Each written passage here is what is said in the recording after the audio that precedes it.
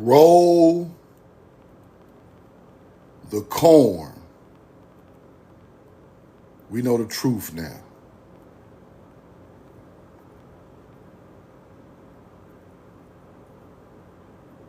Peace to my beautiful people from this beautiful land. I love you, and I'm in love with you. Hit the like button. Hit the share button. Put where you're from and put the corn in the chat.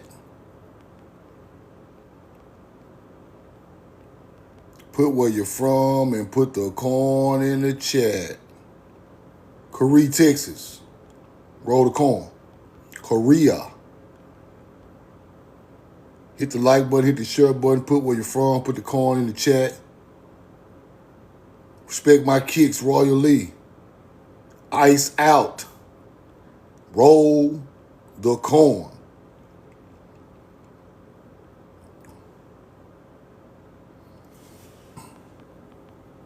If you ain't done it yet, go get your Armor residential REIT.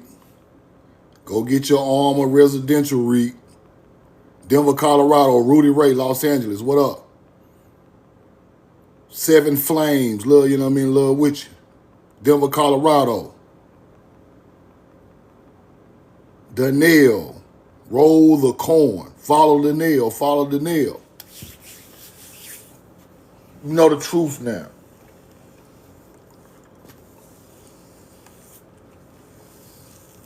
DJ Bop, what up?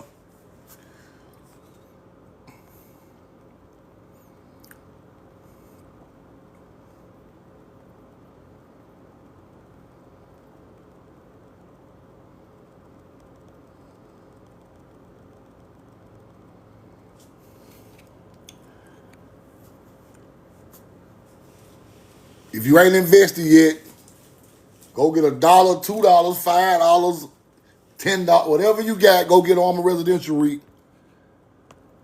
Keep getting the stock. Don't stop. I love y'all, and I'm in love with you. Hit the like button, hit the share button, put where you're from, put the corn in the chat. Lisa, what's up? Roll the corn. Show that again. Gotcha. Right here. ARR, Armor Residential REIT. It pays monthly dividends. This is a real estate stock owned by Armor and Vanguard. They are the holders. The most. They own the most of this stock. We got to get involved and get the rest of their stock bought up on our side. The way they receive dividends, we need to receive dividends the same way. And we invested in this for the long haul. So go get Armor Residential REIT, and I'm going to promote it every day.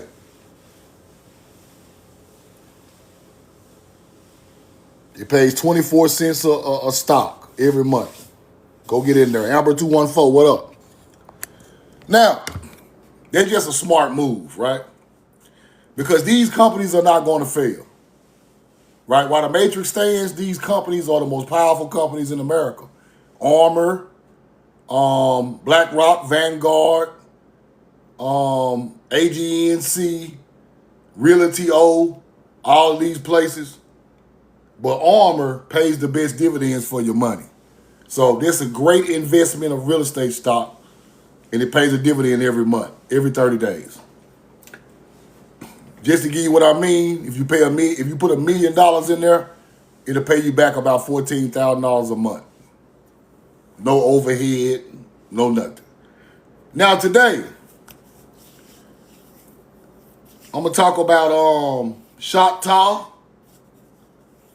I'm gonna talk about buildings that was built by our people in Europe with our people face on it. I'm gonna break down Choctaw, Choctaw, all the way down to the connection to the first people of Egypt. I'm gonna break it all the way down. Ain't nobody never done this because they don't understand the lingo. They don't understand the words. They don't understand what stuff mean. You know, they just think what the hunter-gatherer taught you is the real meaning of these words. I'm gonna show you the connection between a Choctaw Indian all the way to Egypt. Because I got to prove and show y'all what I be talking about, so you will never forget this stuff again and teach your people the truth, right? Because there's a certain type of people that are doing a certain type of thing in the world at a time, and it was all our people. And then I'm going to show y'all what happened to them on the back end. And elite, sophisticated, knowledgeable people that know real history know this stuff, right? Let's keep going. They know this stuff. These people that be hiding and all that old type of stuff, hiding information, and they know this stuff. Now, let me show y'all something up front. Now, I want y'all to understand about this right here first, right? NACPRA. We'll start off with something light because I want y'all to understand. These three things I'm going to show y'all today, I want y'all to understand all of it. NACPRA stands for Native American Graves Protection and Repatriation Act. The U.S. federal law passed in 1990. It mandates the federal agencies and institutions receiving federal funds, museums and universities, colleges and museums, to return Native American human remains, funerary objects, sacred objects, and items of cultural patrimony to lineal descendants, Indian tribes, or Native Hawaiian organizations. Now, why is this important? Why is NACPRA important? The federal government is giving our artifacts out of mounds to Native Americans. It's not theirs. They didn't build a mound. They didn't make the artifacts. Those are not their ancestors' bones in the mounds. But if a Native American tribe runs the land where the mound sits, the federal government is giving the bones to the Native Americans.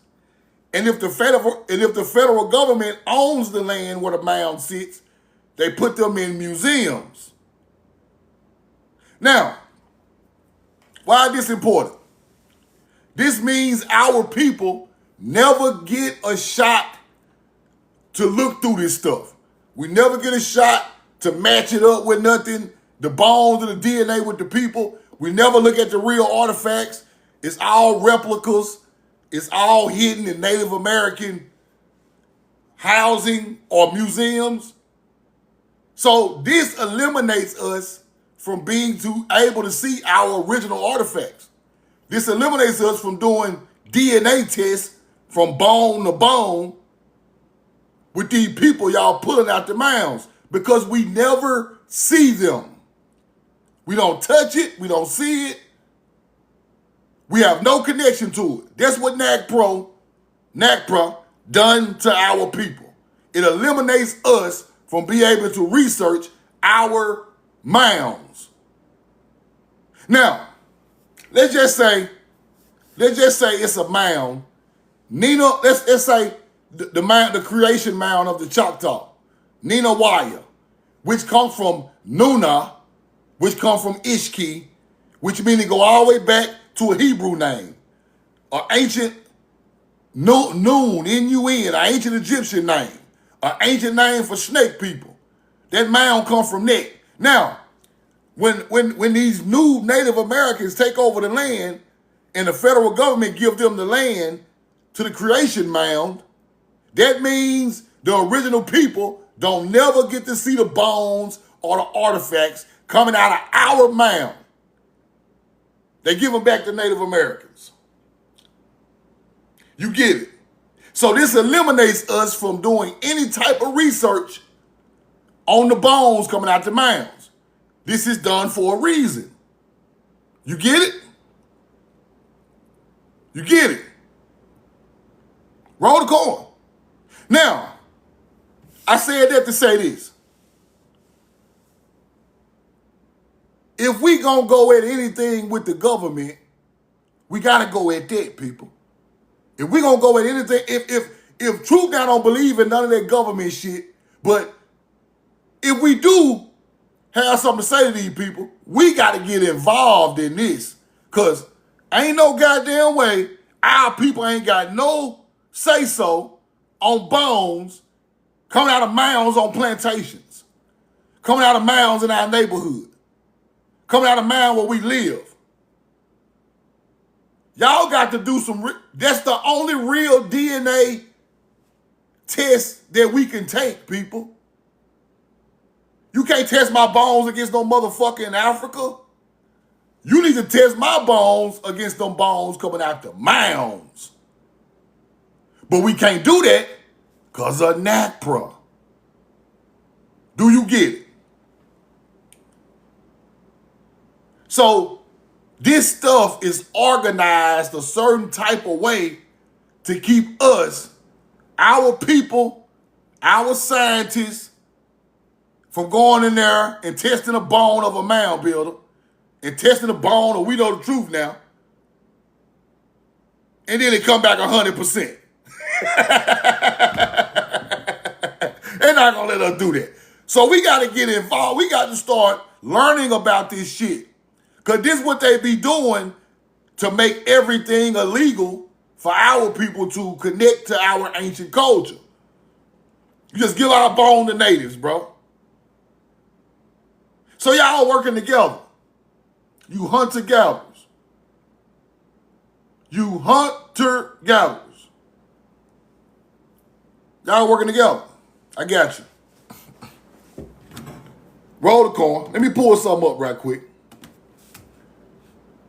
Let me show y'all something.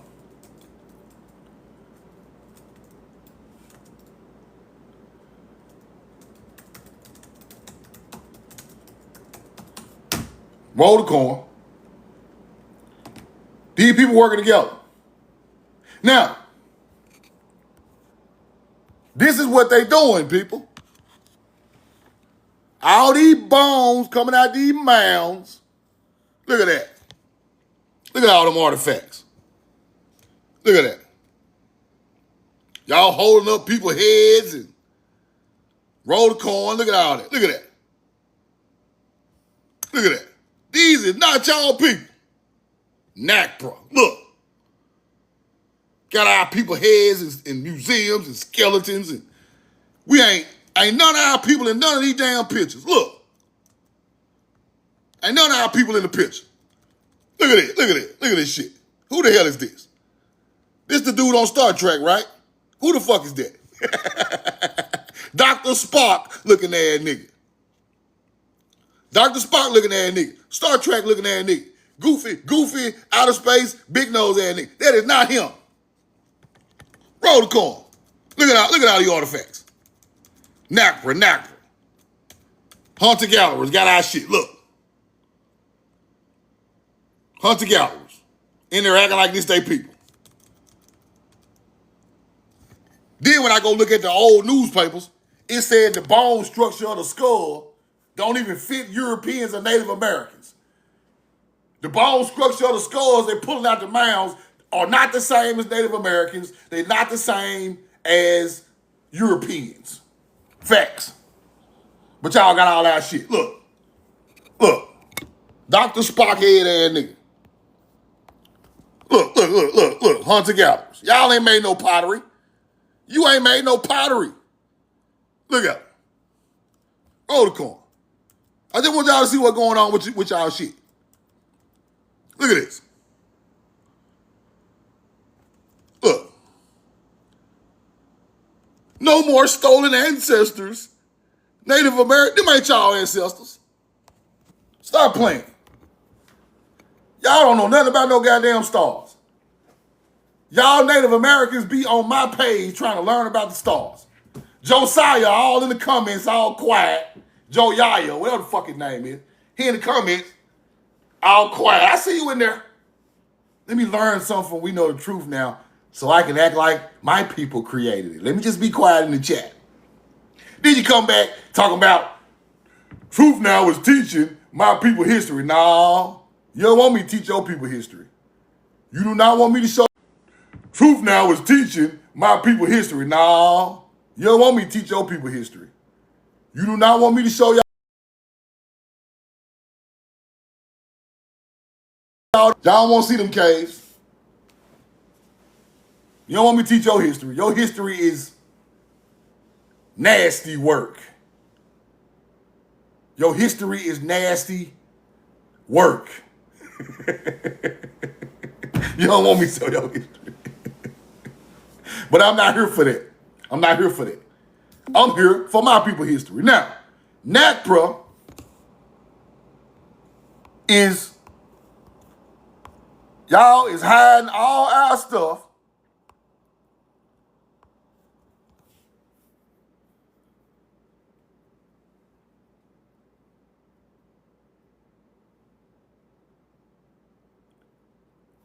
Considered a major human rights law aimed correcting past unethical practices of collecting indigenous human remains, but it's not y'all people. So both of y'all are in the wrong.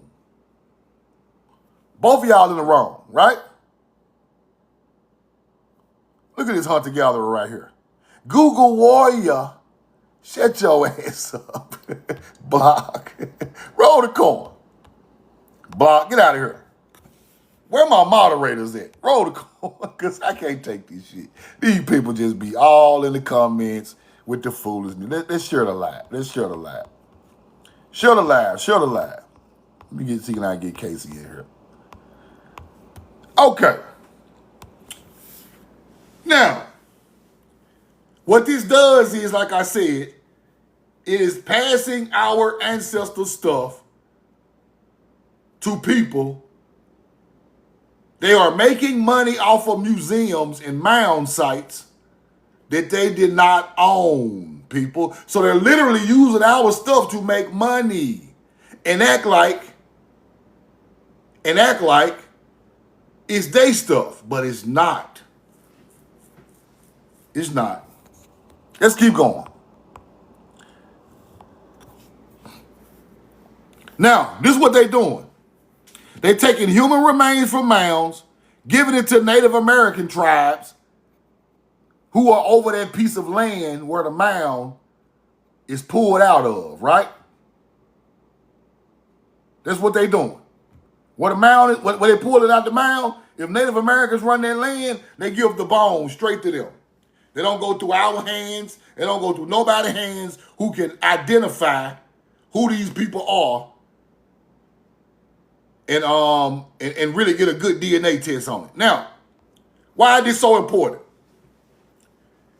If we match our DNA to the mound builders, that automatically expels Native Americans. It automatically expels the corporation. This is the only way I see fit that is 100% proof of who in the mounds. So, all you bright individuals out there listening, we got to figure out a way to get involved with NACPRA. We got to figure out a way to some kind of way where we can get some type of hard evidence, right? Coming from mound builders. Now, this ain't going to be easy, but all you people who do all this corporation paperwork stuff, go figure this out. Then come holler at me how we can get involved in this and get some research done.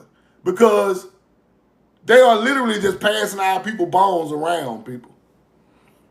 They're passing our people burials. They're digging them up. They passing them.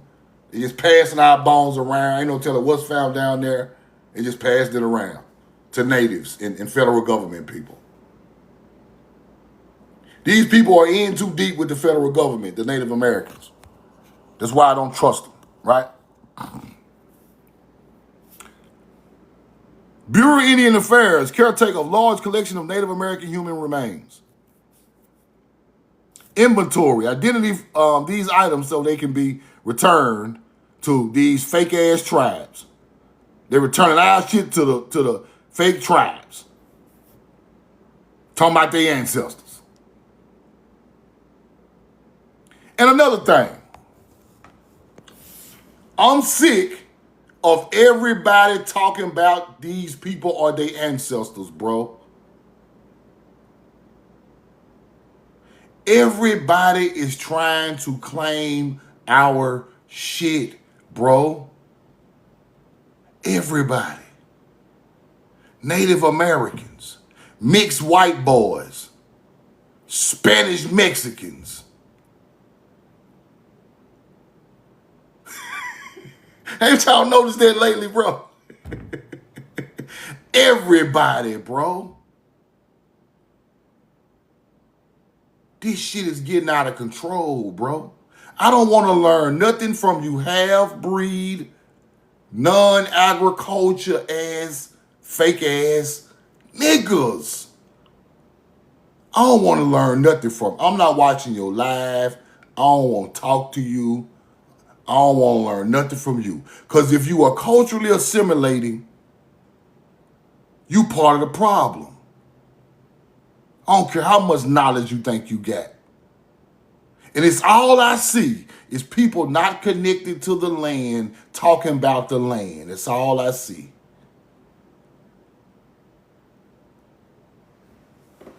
Talking about deities and aliens and deities. Your bloodline is not it. It's not it, bro. Y'all reaching. Trying to sound knowledgeable. But a lot of y'all ain't connected to none of this stuff. Roll the coin. So therefore, I don't want to hear nothing y'all got to teach. Ever. Only a simple mind. Okay, let me give you an example. If I'm finna go farm, if I'm finna go do some farming, I must find a real farmer from the land to teach me. I can't go find no fake ass farmer. I can't go find nobody who not even connected to the land, who never done this shit before. That means I'm an idiot for even listening to you because you're not even skilled enough to teach me the right way. That's how I look at it. If your ancestors didn't put their hands in the dirt in the last couple of generations, I'm going to give you 3-4 generations, you a hunter-gatherer. Yes. You a hunter-gatherer. If your ancestors didn't cultivate this land before colonizers came, you a hunter-gatherer. I'm sorry. It's just the way I look at it. You can get on the internet and talk all you want. But the people, it's not connecting, right? It's not connecting. Let's keep going. Now, I ain't going to talk about NACPRA too much longer, but NACPRA, research that. We need to get involved in these human remains coming out these mounds. We need to learn where these meetings at. We need to learn what these folks talking about our people bones y'all pulled up at. Because y'all are having meetings, passing around bones of our people, and we ain't even there. This is what we got to figure out. And I'm on it. I'm on y'all ass. Now let's go into some different shit. Now, check this out. Let's get into this. Now, this is Mayan, right? They defeated the Death Lords, resurrected their fathers as infants, right? This is the twins. Old Jaguar in the front of the old Stingray in the back. Paddled them in a huge canoe. The Milky Way, to emerge from a crack in the back of the gigantic cosmic turtle. And where was that? Now, place of creation, it was the celestial ball court of the Maya in the Orion's belt. Now, this is what I want y'all to realize.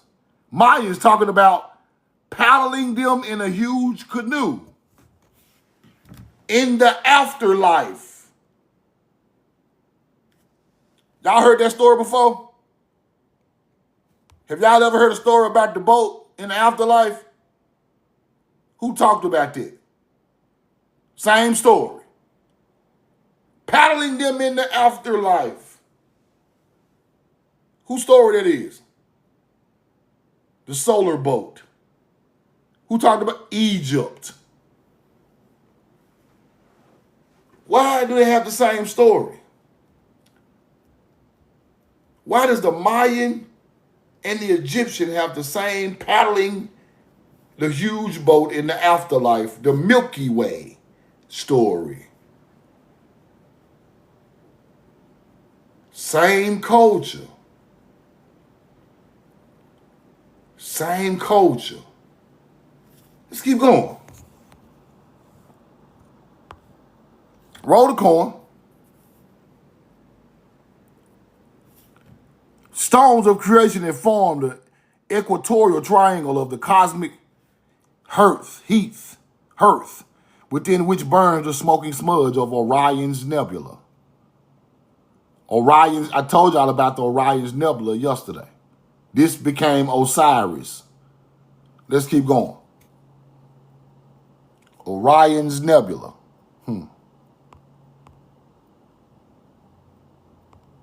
Let's keep going. Roll the coin. Now let me show y'all the big connection between this stuff over here and over there.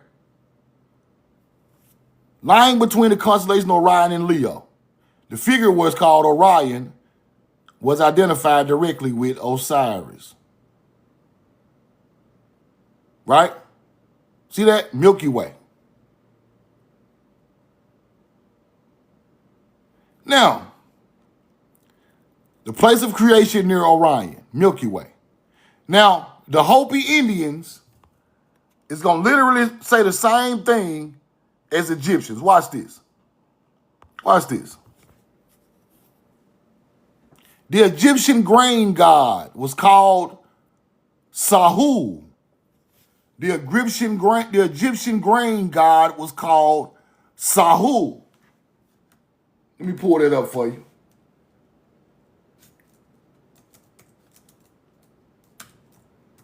Y'all think it's a joke. I come to break codes every day. Let's pull that up so we see what we're looking at. Let's go see what we're looking at. Now, roll the coin. Everybody, see, this is stuff we got to know. Sahu. The god of Sahu, the hidden one, represented the star Sirius, the dog star. Sabdu represented Venus. Now, look at Sahu. Was associated with the god Osiris. See that? Egypt, Sahu, god of grain. Now, let's go back. Let's go back. The receipt's powerful now. Roll the coin. I ain't even gonna get in the way. The second paragraph. The Egyptian god was called Sahu when associated with Orion. He is not only on a boat, but the 3 stars of Orion appear over his head.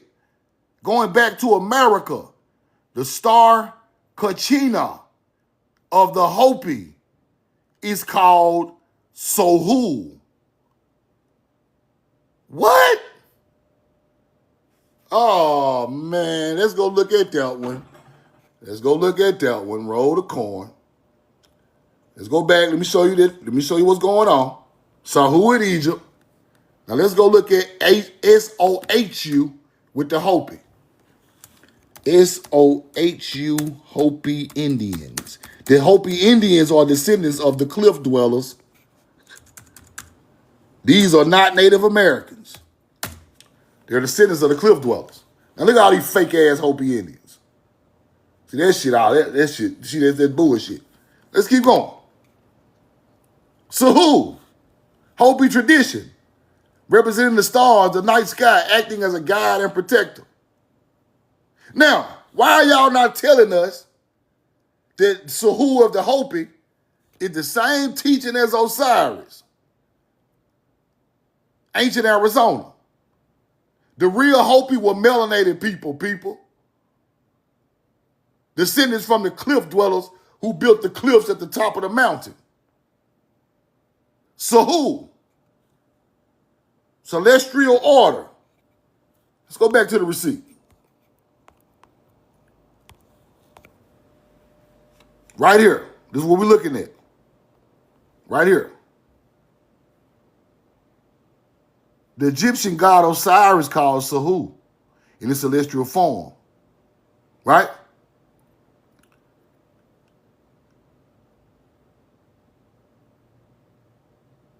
But the stars of Orion appear over his head. But right here, Hopi is called Sahu. Again, the Egyptian god Osiris is called Sahu in celestial form. There are 3 stars of the Kachina, Sahu's headdress, which brings to mind of the most important constellation in Hopi cosmology, Orion, and Orion and 3 stars and center called the Belt of Orion. Now, cosmology, Orion, and Orion and 3 stars and center called the Belt of Orion. Now,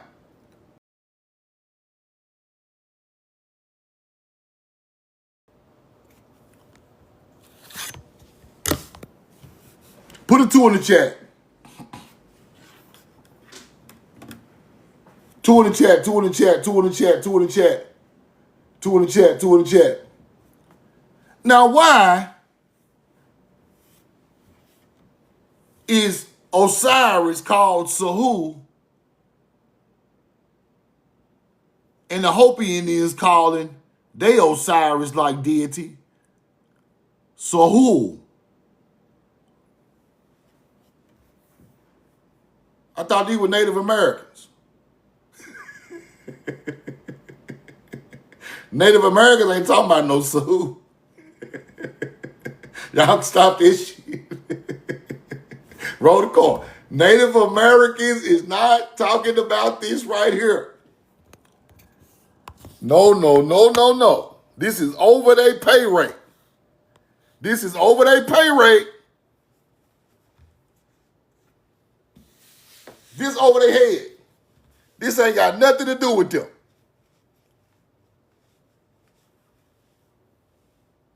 You see that?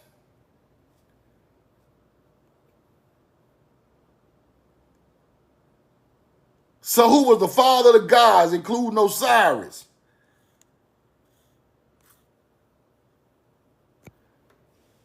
Then you go to Hopi Indians in Arizona. Right in Arizona. And then you get this. The Hopi is called Sahu.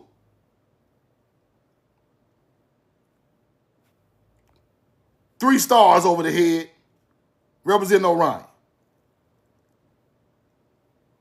Okay, cool. Cool. Let's go back to the images. Now, roll the coin.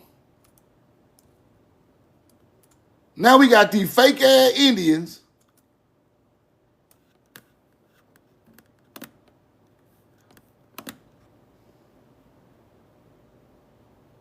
trying to claim something that they did not do.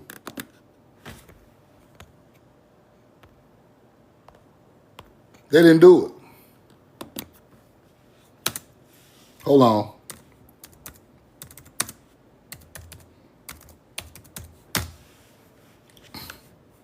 Let me show y'all something else. Now, this is where the Anasazi comes in at. Hopi ancestors. Anasazi.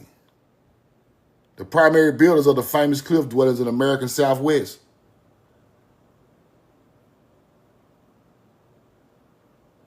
The Anasazi. Those are our people. They were still in the Southwest, people. They were still there a couple hundred years before colonizers came.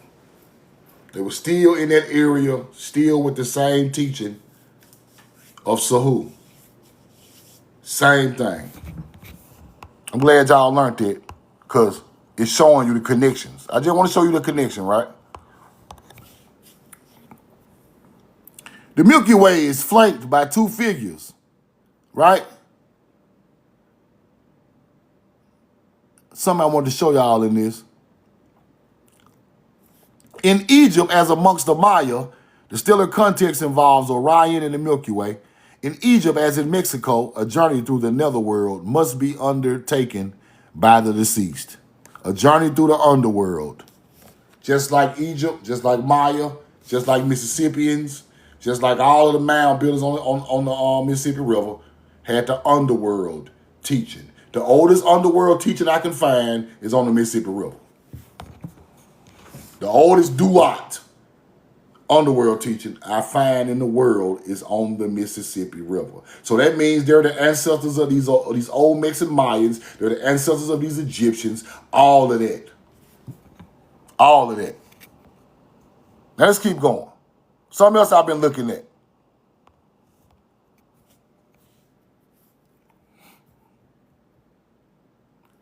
Melanated Indians on buildings in France. Why? Why? Why is melanated people's faces with feathers on buildings in France? Let's keep looking. France. Now, truth now. How can you prove that these are Americans? I told y'all we built all of the damn structures over there. Them buildings over there is way older than them people's culture, people. They was there when they got there. Now, how can you prove this is an American truth? With elite receipts. That's how I can prove it. How you gonna prove that?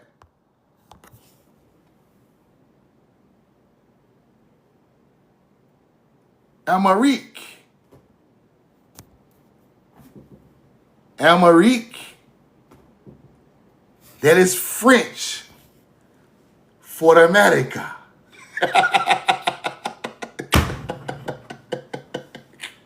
Why the hell is the Amérique on the damn building in stone a Tartarian building? I told y'all ain't no goddamn Tartarians. Here go the Tartarian right here.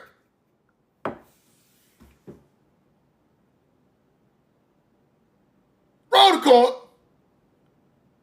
Here go your damn Tartarian shit explained right here. We ain't got to talk about it no more. Talking about some giant-ass hunter-gatherers built the... Giant hunter-gatherers, huh? Built Tartarian buildings. You fucking mythology-teaching hunter-gatherers. Okay. Hold on. Let's go back. Where the hell this at? Let's go find... Okay. Strasbourg, France. Okay. Let's go look at the building.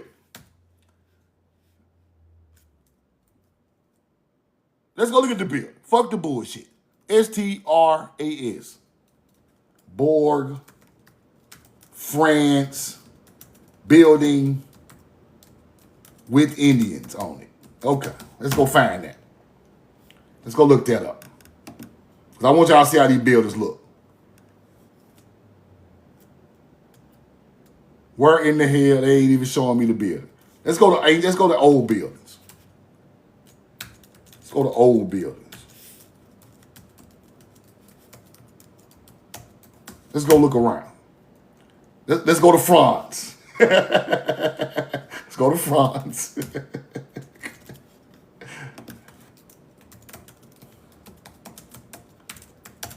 Hold on, let me go see if I find the name of the building right quick. See if we found the name of the building. Strasbourg, France. face-covered architecture and monuments. UNESCO World Heritage Old Town. The Grande. The most famous faces include medieval sculptures, demonic gargoyles, artistic street art. Grande.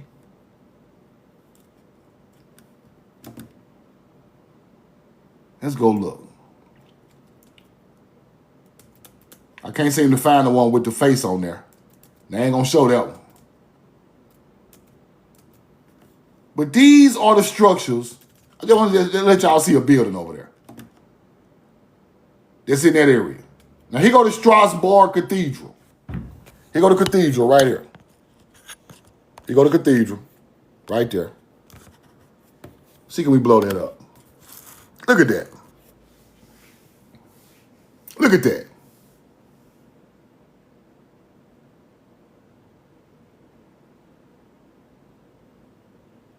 Now, why are these faces on these buildings over there?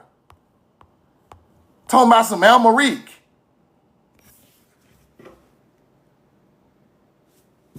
Let me prove my point again.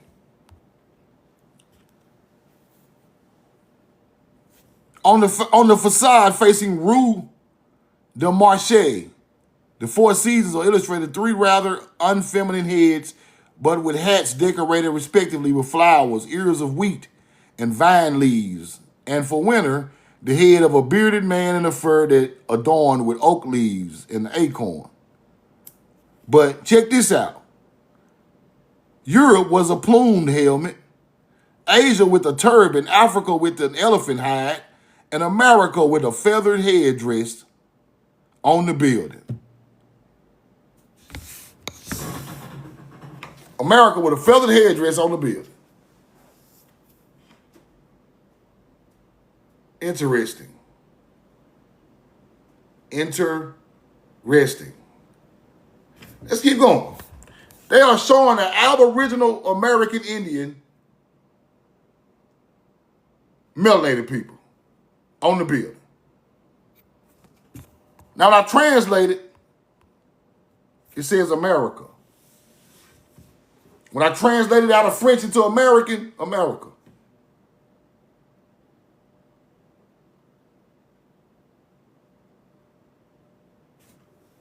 That's crazy. Let's keep going.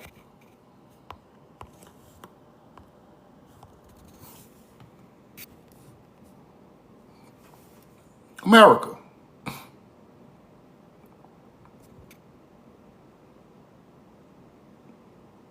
And it has one with a turban, got Africa on it. Let's keep going. Now, I got to do some more research on that. I got to find the exact building, the exact date they said it was built. I'm just showing y'all what's on it and what they say who the people are. But I'm going to do some more research on it and get back to y'all on it because I ain't done with that. Now, let me break something down to y'all about Choctaw.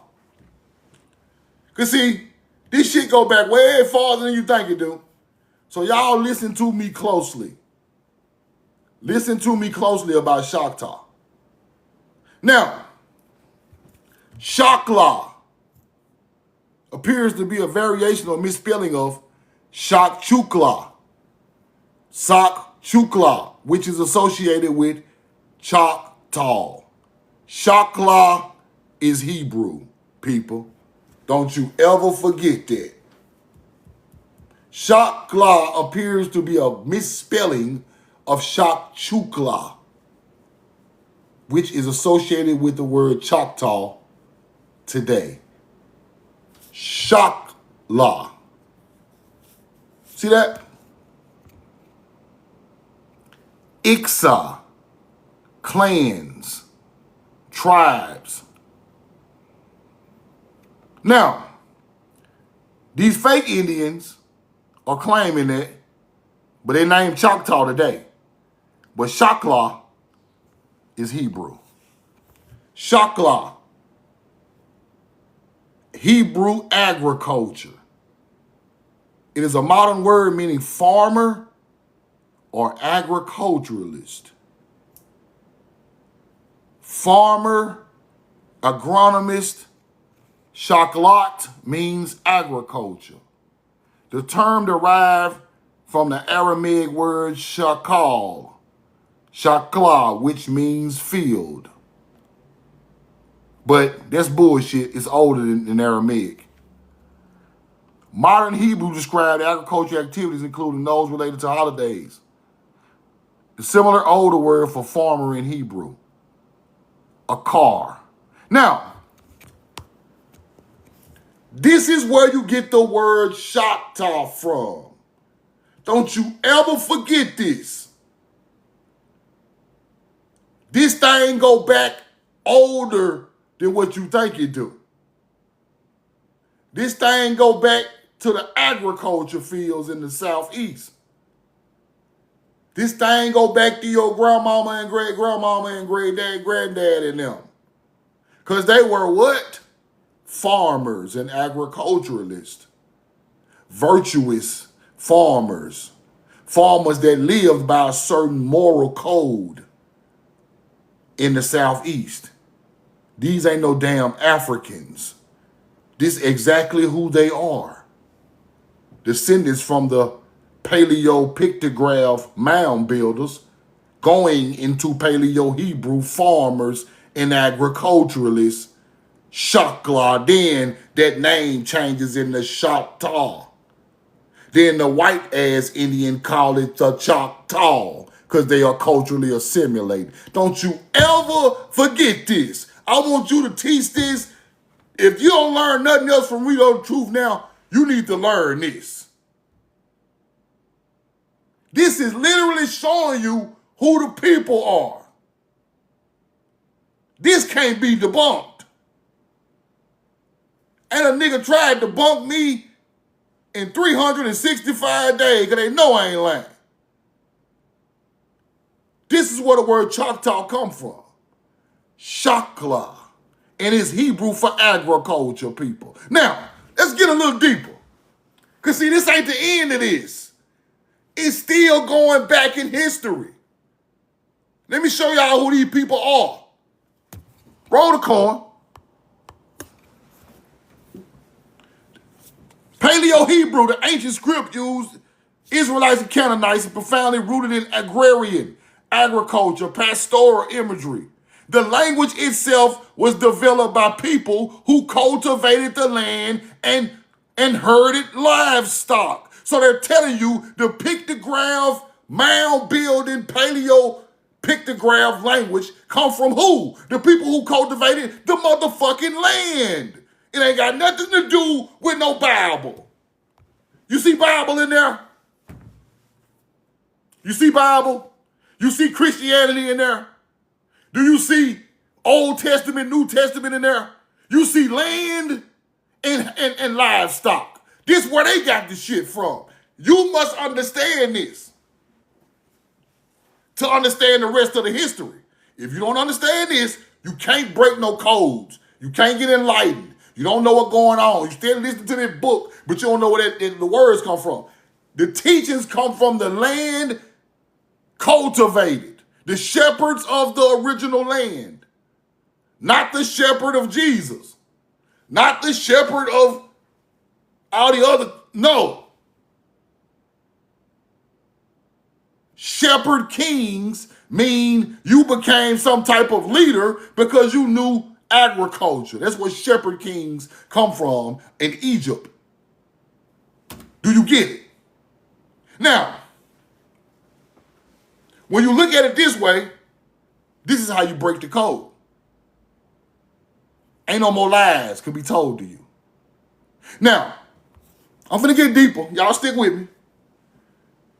Now, if your great-grandmama and them and great-great-great-grandmama and them were farming that land under a code of virtuousness and righteousness created by our people to take care of the land and our people, that means they are the first language, pictograph, agriculture language people.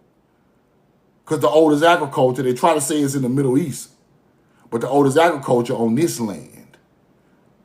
So this land created the oldest agriculture language. The language itself was developed by people who cultivated the motherfucking land. Not the Pope, not the Pope, not your preacher, not no motherfucking rabbi, not no politician, not no Native American. The people who cultivated the land created the language. So when you say your people not connected to that, you a damn fool. Because when you go back and look at your great-grandmama in that damn field in the country, where you think she come from? I'm just an American Indian. I don't know nothing about no, we not know paleo. We ain't crazy. You a lie. They still doing agriculture when your ass was born. But you don't know your history.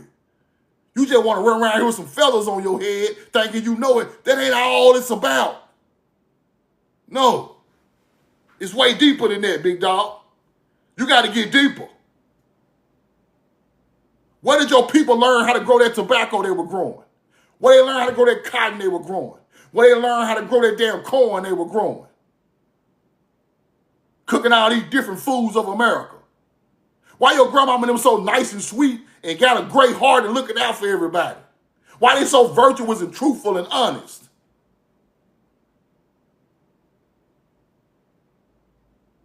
Why? Why you miss their presence still to this day when they gone? Them people was connected to something way greater than us. We done forgot it, people. We forgot it. We got to start remembering this stuff.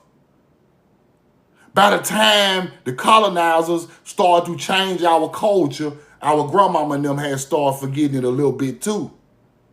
They were trying to change your culture right in your face. Then over time, they changed it all the way to their culture. Now we got niggas out here teaching that we ain't had no languages, we ain't did nothing, we ain't got nothing. You a lie if you think you didn't come from that paleo language. Because you are the agriculture people. You are the jewels of nature, which became jewels of God later. Let's keep going. Let's get deep. Watch this. Watch this. What they were doing, Truth. What did they create? The language of the tent, the staff, and the eye. The script, Paleo Hebrew script. They created the tent in ancient languages. The staff, the shepherd's staff, the all-seeing eye, a yin. The agricultural life of these ancient people heavily focused on what is now known as the 7 species mentioned in the Hebrew Bible. Wheat, barley, grapes, figs, pomegranates, olives, and honey. Corn in there too, but they took it out. Now, why are the Paleo Hebrew Bible talking about all agriculture? Pomegranates ain't from over there. That's a fact. Grapes, wheat, barley. They're talking about the agriculture people. Now let's get deeper. Zara, seed, Zara to sow. Reflecting a society dependent on grain and farming. The harvest was crucial.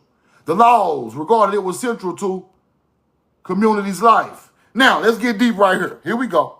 Watch this. Watch this right here. They got all that Sabbath stuff from our ancient culture. Now, this one we get deep. Habaru and Aparu.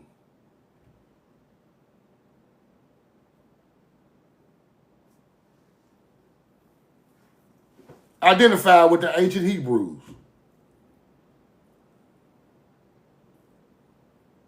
Migratory workforce in the ancient Middle East. They viewed the land as a gift and themselves as stewards of the land, with their language and culture reflecting the farming in a harsh yet fertile landscape. This is when your people from here took the knowledge over there. Now, Shakla goes right along with Habaru, Aparu. Shakla is the same damn people of Habaru and Aparu. It's the same people, the agriculture people, the stewards of the land. Now, let's get deeper. If Habaru and Aparu got something to do with Shakla, let's keep looking.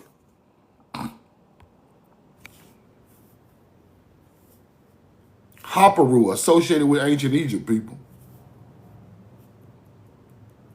Foreigners, nomads, outlaws, they called them within the ancient Egyptian controlled territories of Canaan. Now, why are they outlaws? Now, look at the time, 2000 BC. This is when the history switches. And you must learn this. The first people to build it are us. So around 2000 BC, we are becoming pushed out of our leadership roles. Now, anybody who know the history of Egypt, 3000 to 2000 BC. Now let's go look at the dates. Because see, you must understand what happened to your people. You must understand what happened to your people on foreign land to understand real history. Now it says 2000 BC, right?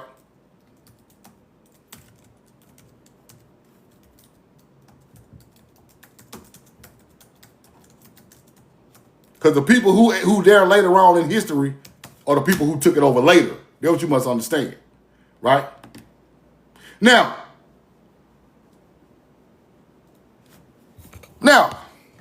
2000 BC is when they was called foreigners and nomads, outlaws.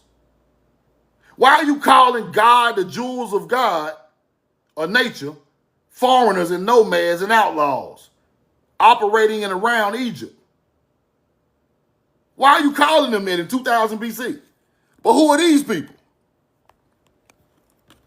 Who is the pre-dynastic Egyptian from 6000 BC to 3150 BC?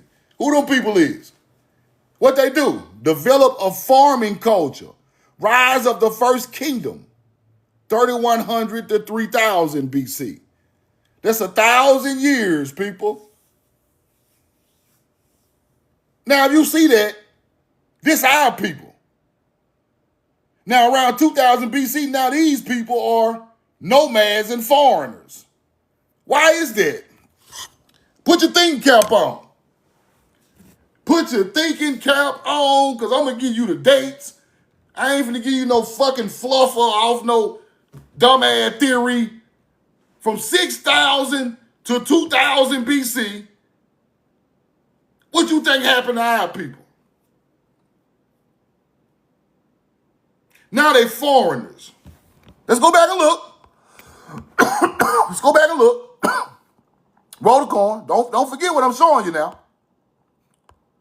Whatever see that.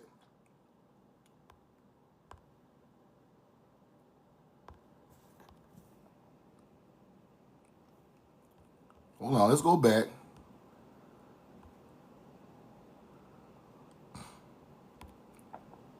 Roll the coin. Whatever see that.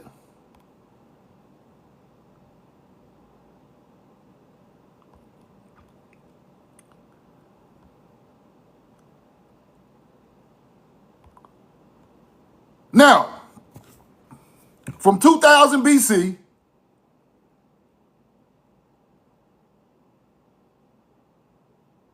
hold on.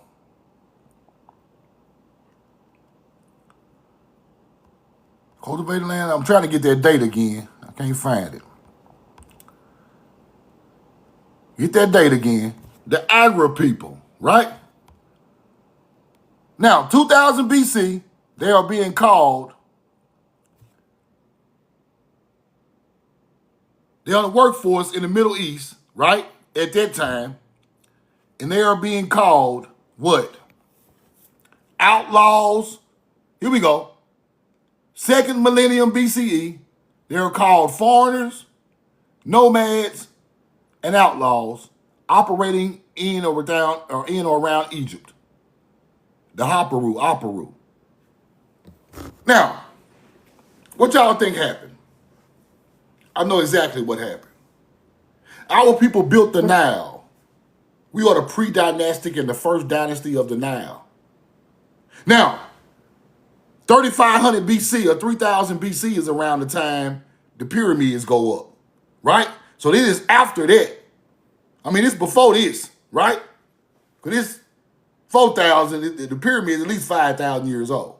Somewhere up in there. It's older than 4. Now, our people ran that area up into around 2000 BC is what I see it in my studies, right? Now, then we become what? Foreigners, nomads, outlaws. Why are we outlaws and foreigners if these are Africans? If these are original Africans, why are they foreigners? Nomads and outlaws. They pushed us off our shit that we built, people. Now, what do we become after that? What do we become after that? Right? Roll the coin. A migratory workforce in ancient Middle East. Let's keep going. Displaced, landless people living outside of the established social order. Why are they pushed out? Why are they getting pushed out and they was the leaders at first? Because them African other hunter-gatherer cultures pushed us out and took over the kingdom. That's what they don't want to teach you, people. This is what they don't want to teach you. We ran it for all them 1,000 years, then they finally took over Egypt. Now we outlaws. Now we nomad goddamn farmers. Now we ain't from over there. Now y'all get y'all foreign ass out. Why y'all call them foreigners and all from the same land? They knew we wasn't the same. They took it over, people. I'm giving you the dates. It all match. Watch this.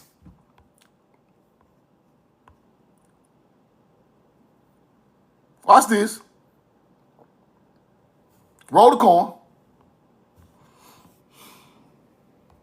Now, this Hebrew thing, but watch this. Outlaws, mercenaries. At that time, they're demonizing them now. There was the truth at first. Now they getting demonized by a whole nother people. Semitic-speaking people living on the fringes of settled society in Levant and Egypt. Now, let's start to think. Now we got to use our real history thinking skills. Hold on. Let's just put this together.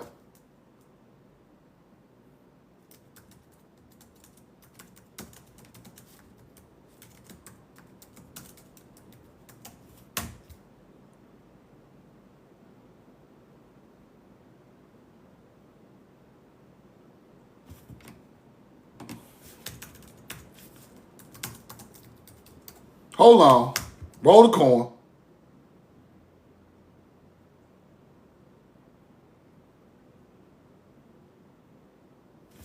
Now, if these people are exiled, pushed out of Egypt, right? That's the story of them leaving Egypt with Moses, right? That's the story of them leaving Egypt, selling somewhere else. After you take them down from the top, take over their kingdom, you work the dog shit out of them. What do you think they call it? Work them like a Hebrew slave. You work them, they build all this stuff for you. Then you exile them to another land. Now they go with Moses to where? Israel or something? You can see that your people came from the top. They start getting worked by these other cultures. And then somebody saved them and pushed them up out of the bondage of them people. Don't that make sense? Don't that make perfect sense? Now,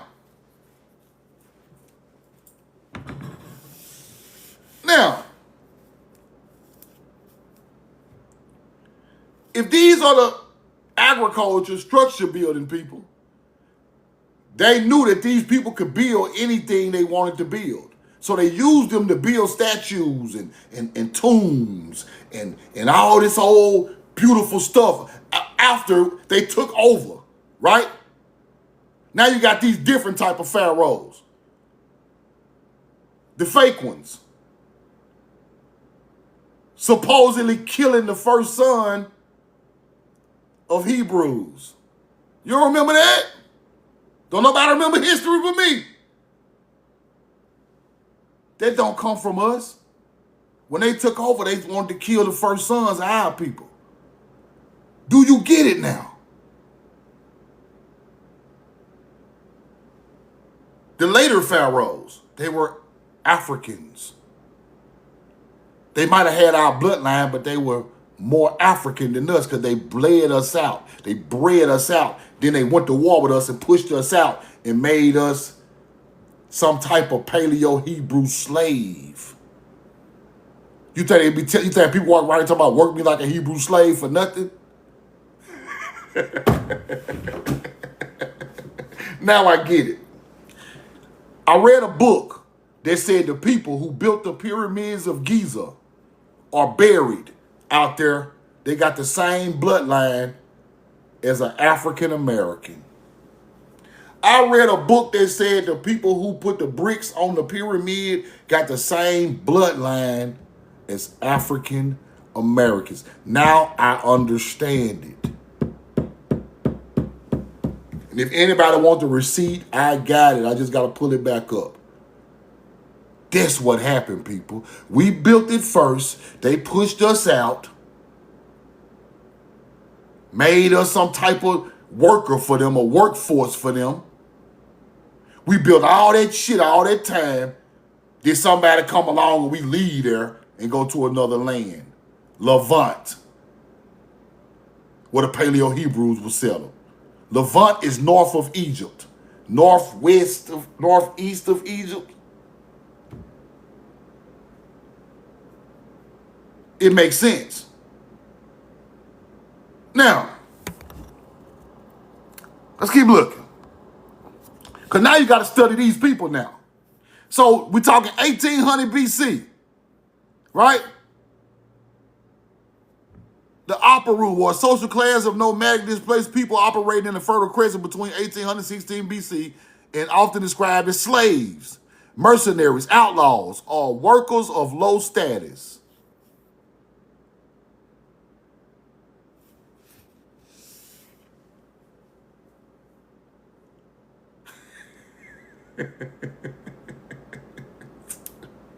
See, if you don't learn this history right here, it already repeated itself.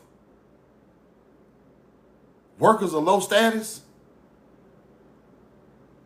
It happened again, people. Because we don't know our goddamn history.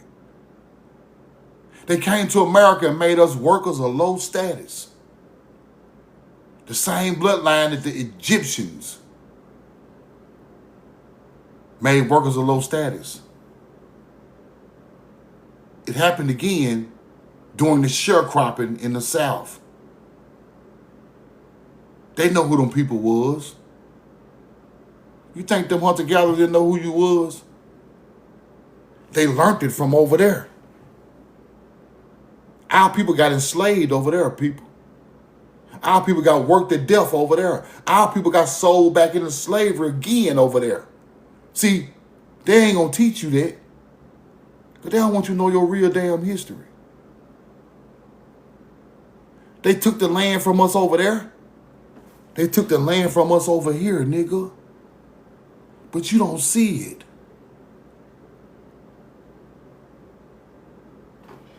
And then took the book and lied about it. They were outsiders.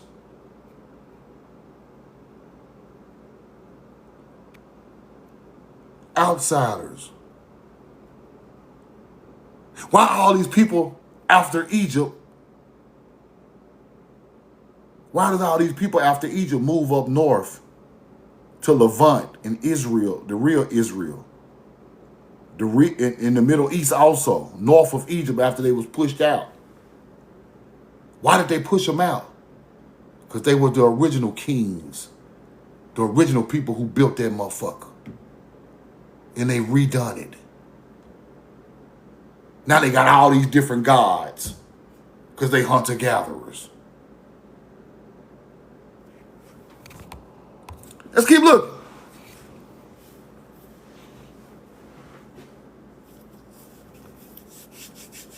Put a 2 in the chat. Put a 2 in the chat. Put a 2 in the chat.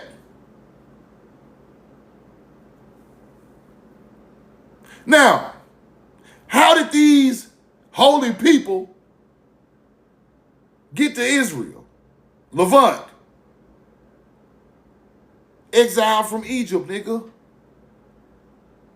Then you get the biblical teachings of Levant and Israel. Let's keep thinking. Let's keep going. Ancient Egyptian records include the Amarna letters, depict the Habaru as serving as lower class workers, servants and slaves. Some wall paintings in Egypt depict foreign slaves engaged in making mud bricks. Who the hell you think them foreign slaves is making them mud bricks for the damn pyramid? Who you think them is? Just some random ass niggas? That's us.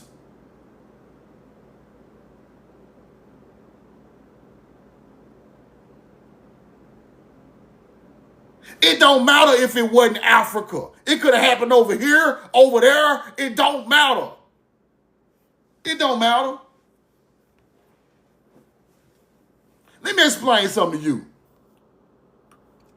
Thunderbird Moo. Let me explain something to you. Let me explain something to you. Them pyramids is on the Nile, nigga. Something happened over there. You can't debunk the pyramid not there. Our people were there, nigga. Quit thinking everything went on over here. That's not true.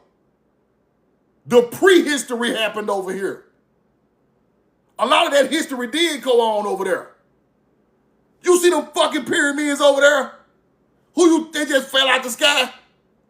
Your people was on that land building things. The Pharaoh was called the Lord of Two Lands. The first ones. What two lands you think they talking about? We got history over here and history over there, nigga. Quit trying to just push Africa all the way out the thing, trying to be an American Indian. That ain't your real history. Your people built the first goddamn boats and went across the water. We ain't talking about no huts in Africa. We talking about the pyramids in Africa.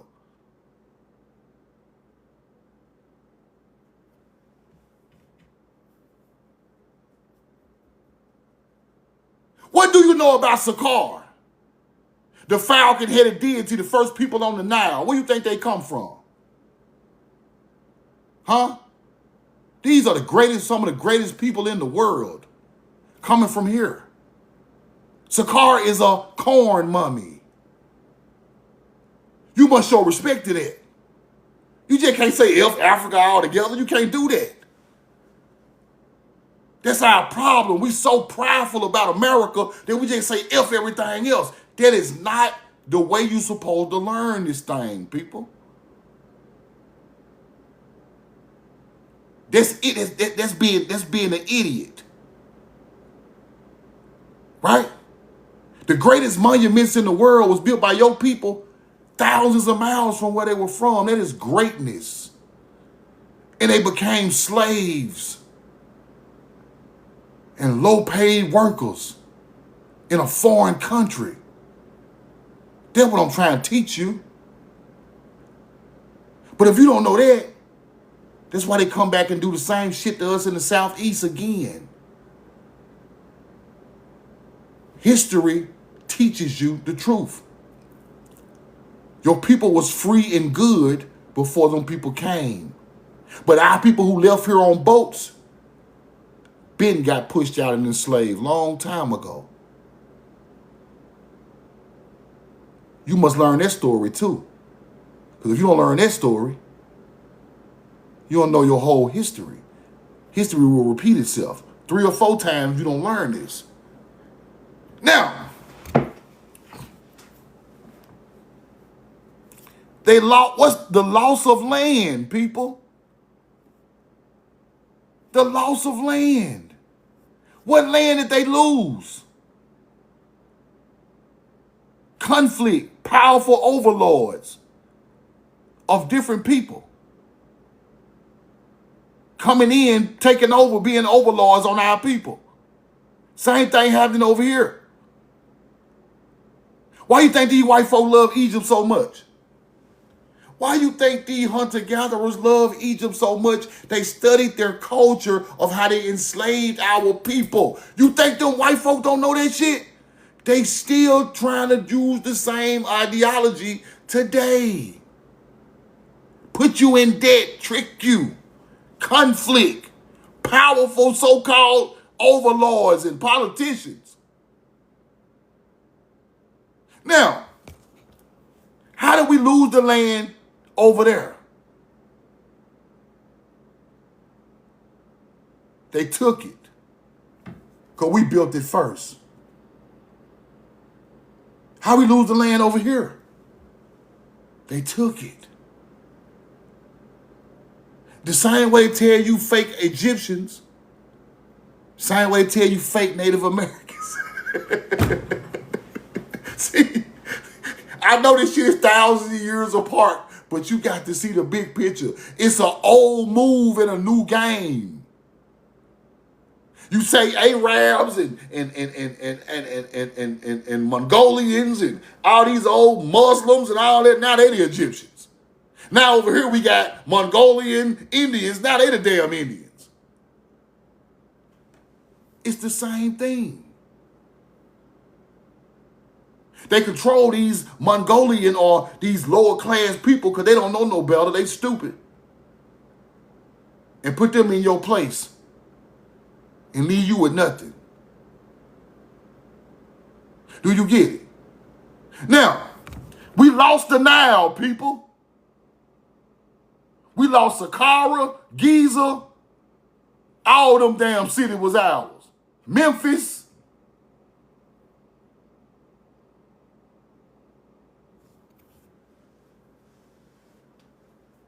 Our people live all the way up the Nile, coming from here.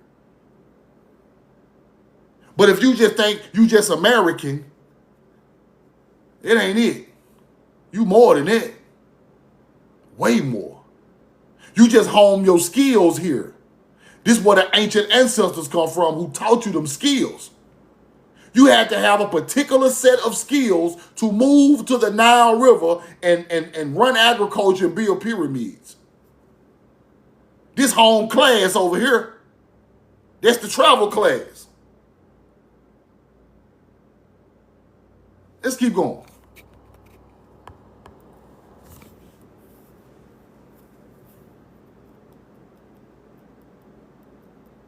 Now, these people became the ancestors of the Israelites after they mixed again in the north side.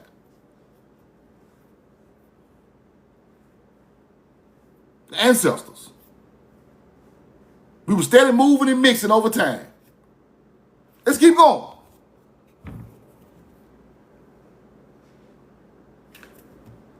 Aparu Habaru is associated with the term Oparu, ancient, Horite Hebrew history. What is Horite Hebrew? Horite Hebrew. Oparu, the sun house. Cushite term, Oparu, the sun house, the sun temple. Now, let me show y'all what's Oparu associated with.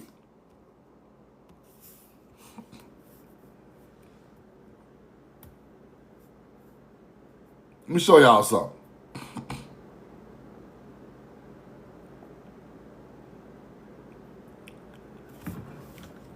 Roll the corn. Let me show y'all something. Old Peru.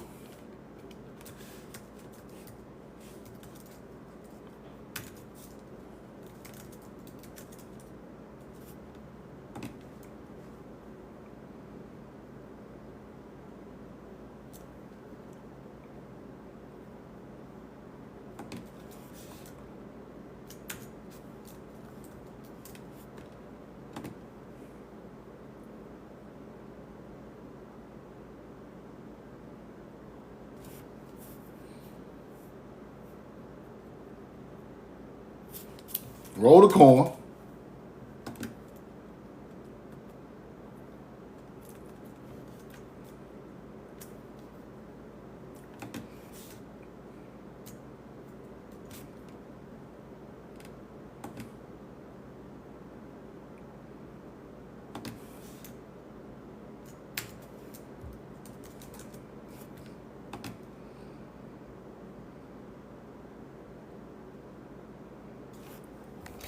Now, ancient Egypt, the first part of it, right?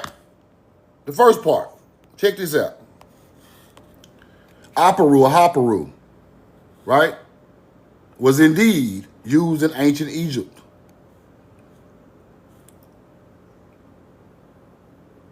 Now, they ain't gonna take you back far than 2000 BC, because they don't want you to learn who these people are, right? They don't want you to learn who these people are. They want to just act like they some type of foreigners. They want you to act like they're some type of foreigners, but these are the first people to build it now. Look what they were doing now. Outlaws, mercenaries, bow and arrow, laborers or servants around 2000 BC. But what about the other 4,000 years? What about the other 4,000 years the Nile was getting built? Who are those people? Then when I go back and do the research, they had the corn mummy. They had the corn mummy of Saqqara in the pre-dynastic and the first dynasty of Egypt, right? Now, around 2000 BC, what dynasty is that?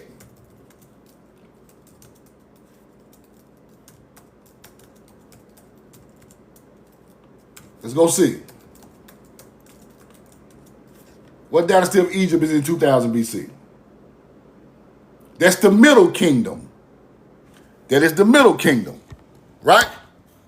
Middle Kingdom. Middle Kingdom. Around 2000 BC, that's the Middle Kingdom. This is when it comes into the hands of the African pharaoh. This is when it all got switched out.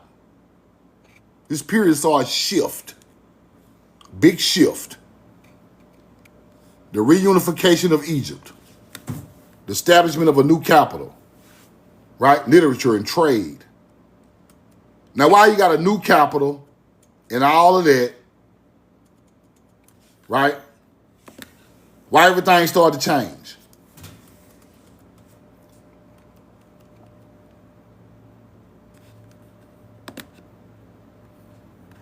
Why did everything start to change?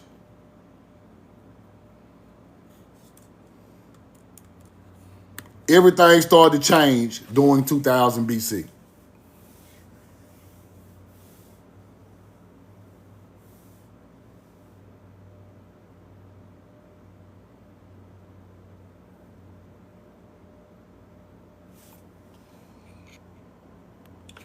Now, I just want y'all to go research it. Right? Because the first dynasty and the first dynastic people there was talking about the corn mummy.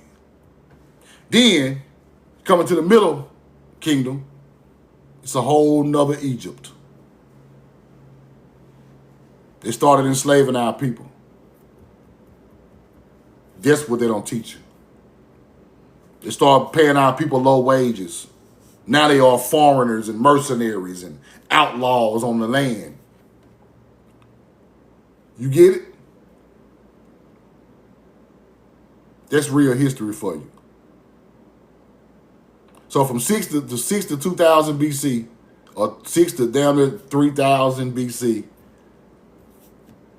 2500 BC, our people ran it.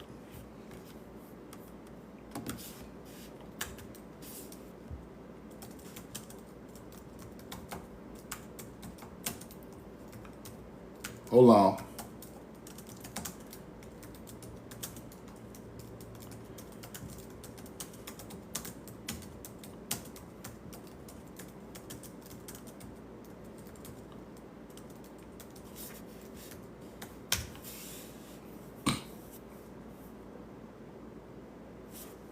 Look what happens.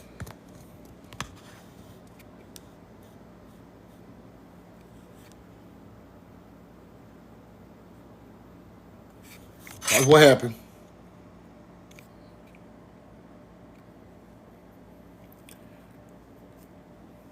Now, consolidation wars. North, East, Libyan foes, unify the country. Wars start going on, people. Brutal civil war. Brutal civil war. That's our people against theirs. That's what's going on. Why do you think the hunter-gatherers called it the Civil War in America? Why do you think they called it the Civil War? Because they are using terminology from Egypt. They really know what happened in Egypt. They know what happened in Egypt. Now, these other people are Libyan foes, unify the country. 9 times out of 10, the Libyans were Africans.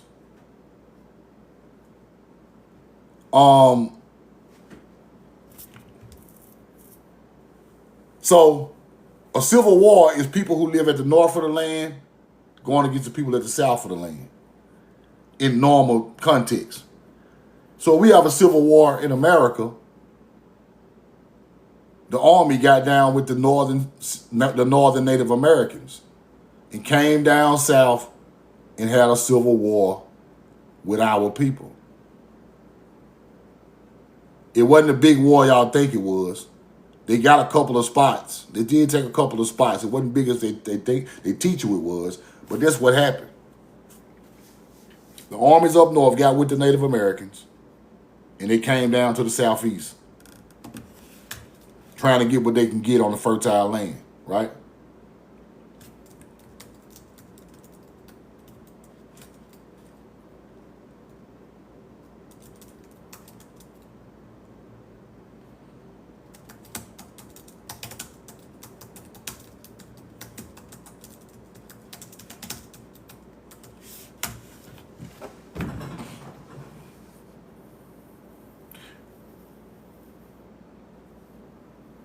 During the Civil War, Native Americans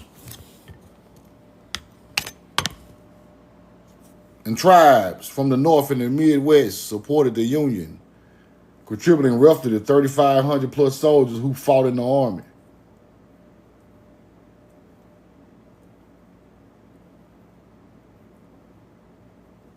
See that?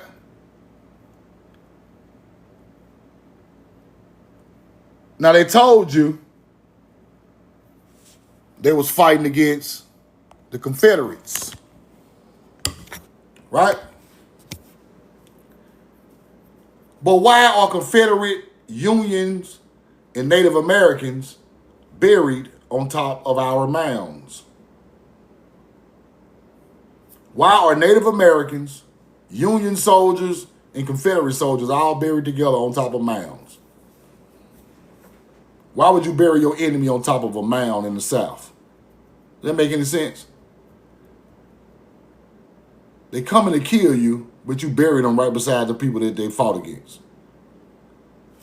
It don't make no damn sense.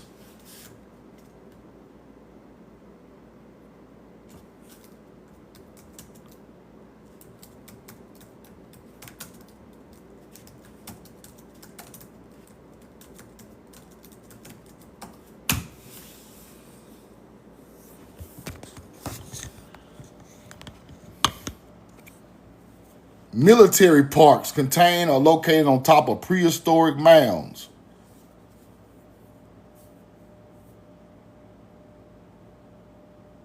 Repurposed during historic battles, huh?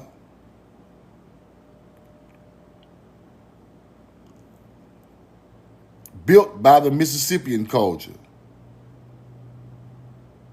Now, who are y'all pushing off of these? Who are y'all pushing off the lands?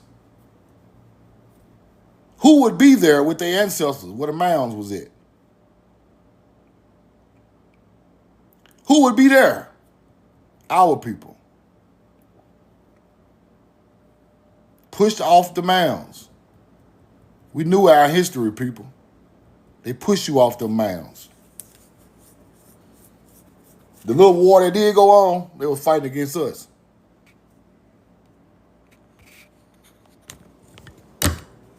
Now, let me show y'all something.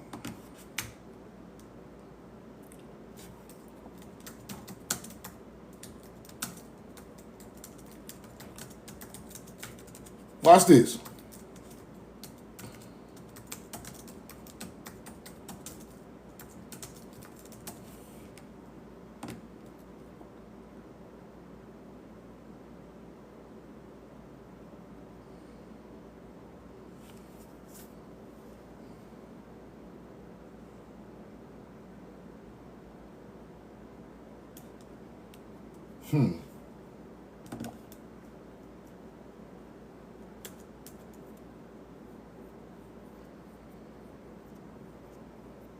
Roll the coin.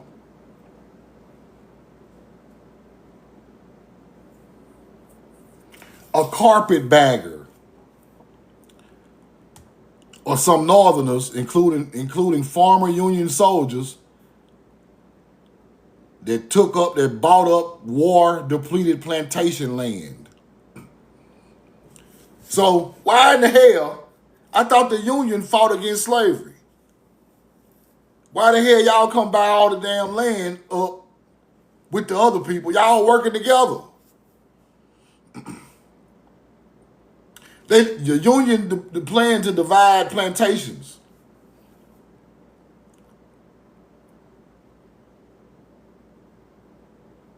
Right? Abraham Lincoln tried to give the original people some of the land back. 40 acres and a mule. What happened to him? Do you get it now? Now, they were splitting the land up between the survivors of the Civil War. Union and Confederate, splitting the land up in the South. Because this is the most plentiful land. Abraham Lincoln said, no, we're going to get some of this land back to the original people. 40 acres and a mule. And you see what happened to Abraham Lincoln. Right? A couple of days before he passed it, pium pium. Now, after that happens, that's when sharecropping started.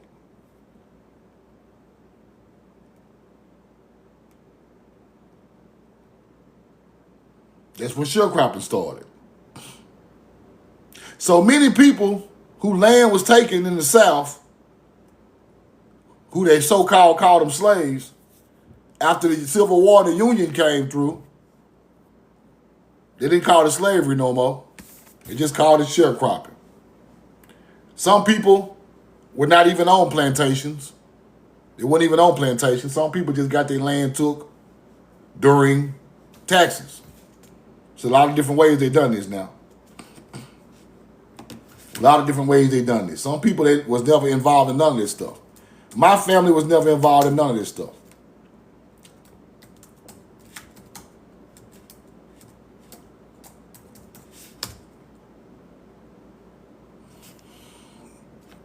None of it. So in 1865, a lot of Northerners moved on took over plantation land in the South. That's what they really was fighting over the whole time. Plantation land and our ancient lands. And the lands we was on. That's what they really were fighting over. They be acting like they fight against each other, but they really wasn't.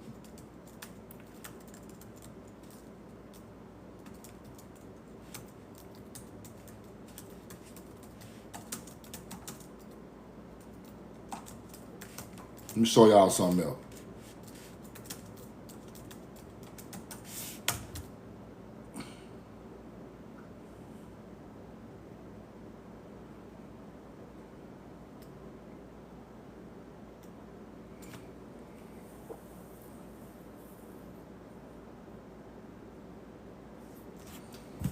Now, if you can't get it the hard way, you get it through the loss through taxes. Now, if you can't get it the hard way, you get it through taxes.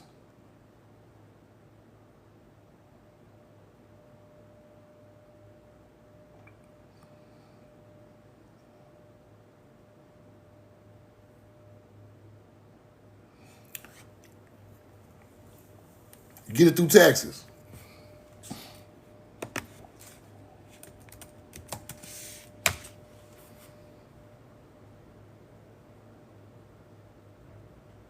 The great land robbery, people. A loss of millions of acres of farmland in the South over the past century, 1910, 1997. My grandma moved from the country to Jackson in 1920-something, right in this era. So-called African-American farmers lost 90% of their farmland.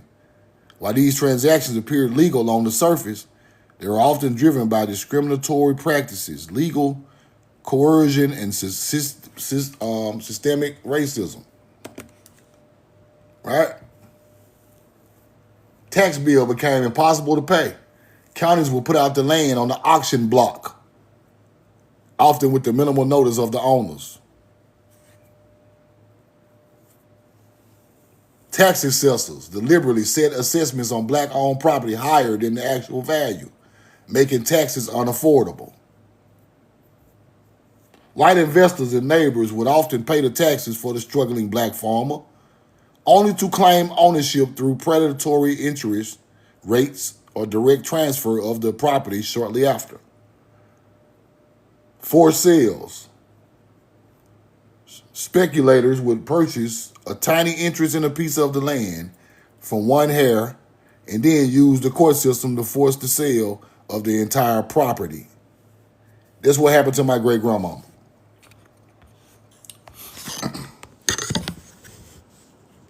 That's what happened to my great-grandmama. So by the 1930s, they had already jacked the price up on the taxes. She couldn't pay it.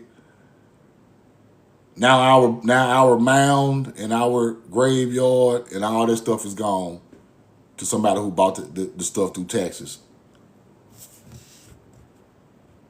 Right? They've done this stuff on purpose. Right?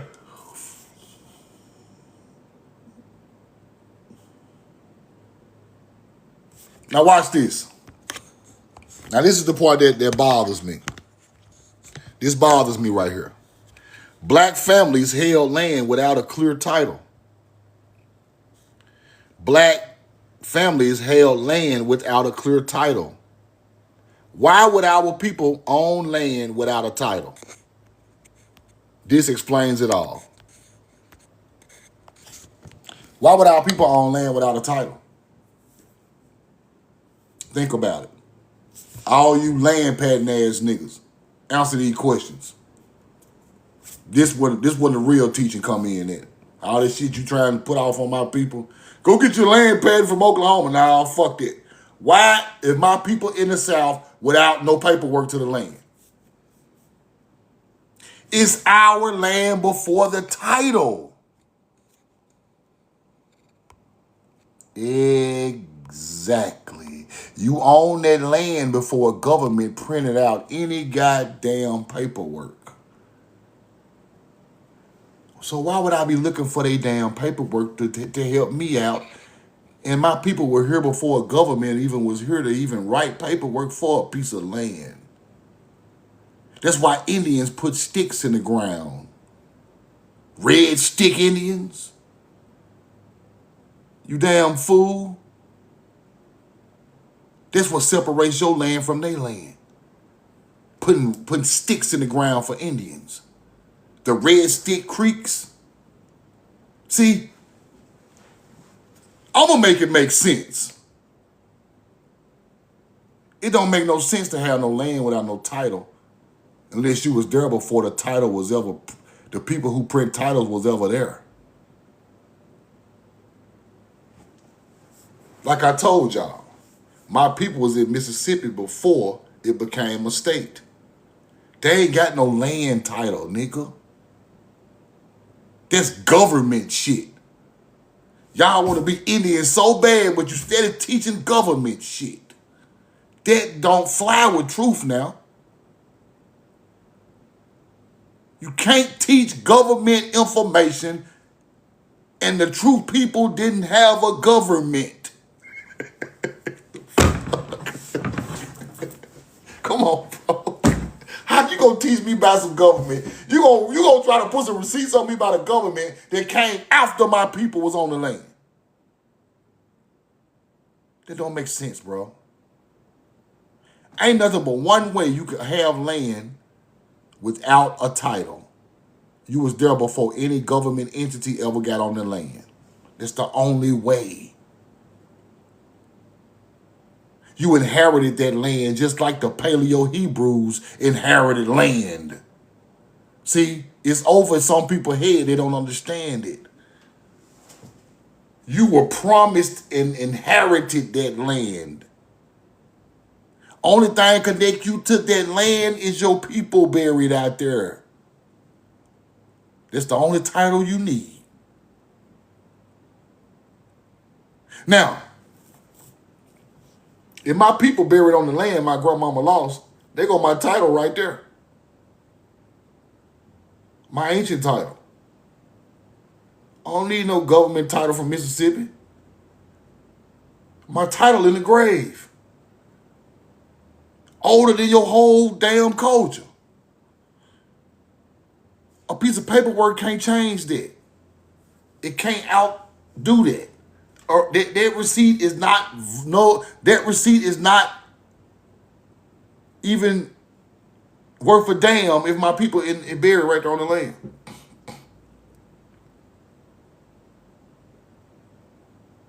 So now, the next title that you get, now what's the next title that they're going to give you? You ain't got no title to your original land, but you sure got a land patent. The land patent is where they move your ass to. That's not connecting to your land before title. You get it? That's connected to something they just gave you to make you move off your original land. Some people think it's a value, but I don't. Because I have no history on that land. So I don't even want it. So now you understand the difference. If your people was already here, they don't even have the paperwork to the land. By the time they figure their stuff out, it's already took. Right? It's already gone.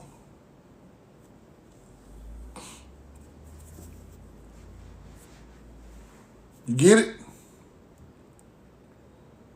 Then you come back in 2026 talking about a land patent in Oklahoma. Yeah, in Oklahoma, because that's where they move your people to. That's why it's up there in Oklahoma. But I ain't never seen no melanated people get no land patent back in the South. Somebody please show me a land patent in the Southeast. Please. Now, Arkansas, that's kind of in between. That's cool. Arkansas, cool. Arkansas still on the way to Oklahoma.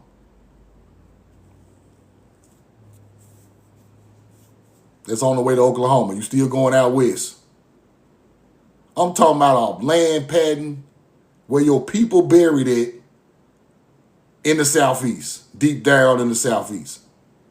You ain't gonna see it.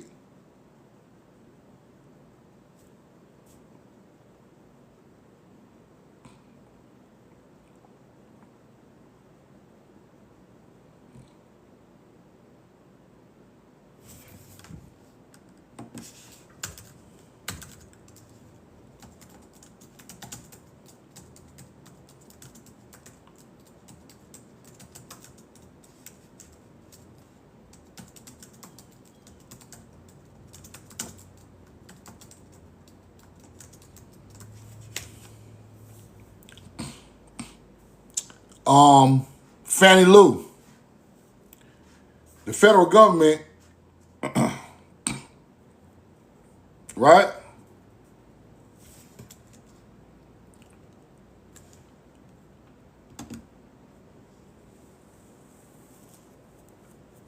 The Trail of Tears went through Arkansas, Fannie Lou. It's possible you could have got a land patent for Arkansas. Arkansas is on the way to Oklahoma. So, I believe you. I believe you. That makes sense. It's the West. Is that land you got on the west side or on the east side of the Mississippi River? What side is on?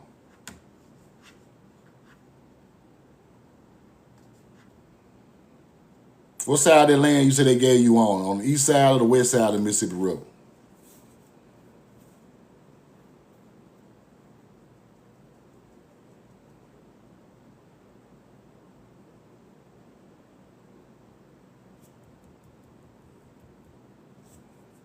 Cause see, everybody's stuff is different now. Some people got their original land.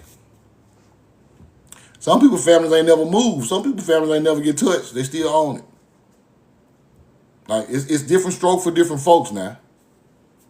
Don't ever think your story is somebody else's story. It's not how it go over here.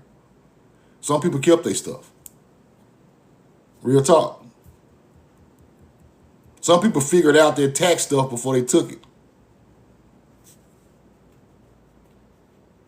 Real spill. Somehow people got smart and started going down there learning this stuff. Like, how is all my people losing their land? Why am I losing my land? And they started to figure it out. And they started to pay them people. They got smart. Our people not no dummies now. A lot of our families kept their land, paid the taxes on it. Even though it went back on them, they still come out victorious and paid it. So it's different things for different people. Right?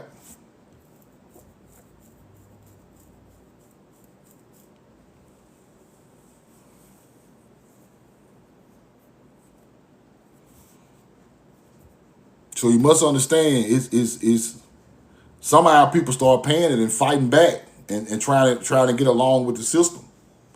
But they had already lost a whole lot of land. See, the thing is, they don't really care if they take it all. They want to take what they can before you learn the knowledge, people. See what I'm saying? They want to take what they can. Anything taken before you learn the knowledge is still a lick to them, right?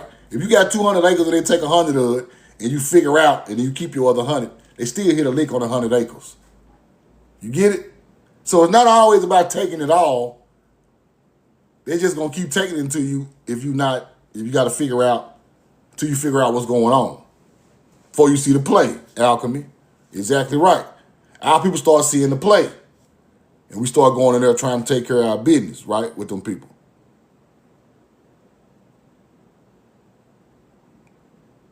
So it's all about just like stealing. You steal what you can before they figure out that you're stealing. You in the register, you get you 100 today, you get you a couple hundred the next day, and then, people start to realize the 100's missing. Then they do something about it. Roll the call. That's how stealing work. Till somebody catch you stealing, then you straighten the business, right? But you already hit a lick. I got away with 400 and quit. But you already hit a lick. I got away with 400 and quit.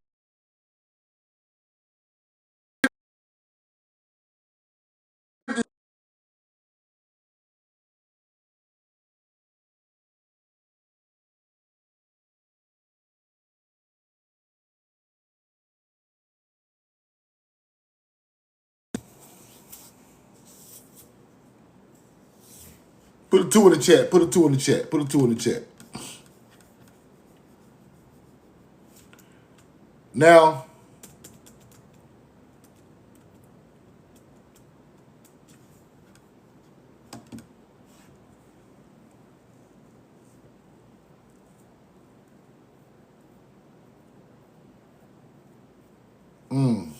Crazy.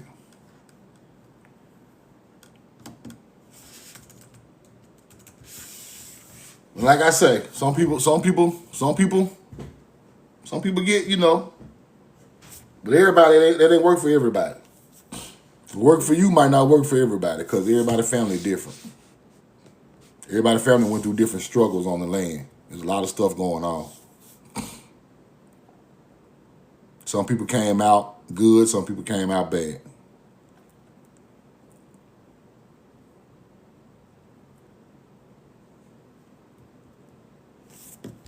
Roll the coin. Any questions, any comments, y'all hop in the chat or hop in the guest box.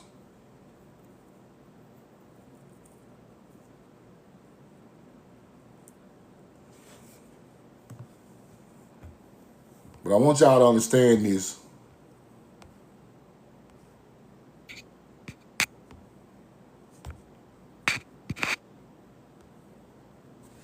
I want y'all to understand this right here. This is powerful. This is powerful. Shakla, Hebrew agriculture, farming agriculturists. These your people. These the real Indians. I'm telling y'all. I'm telling you what I know now. These the real Indians right here.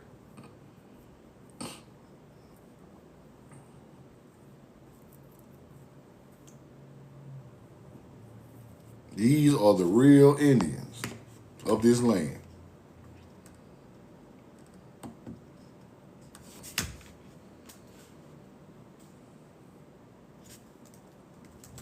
Any questions, any comments, throw it in the chat. Throw it in the chat.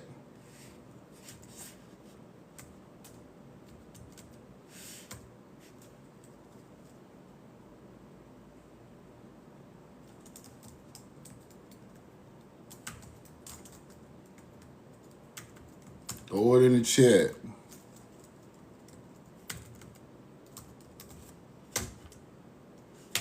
I pose. I'm getting with Top Cats, y'all, and we're gonna do a live. We're gonna do probably some on YouTube.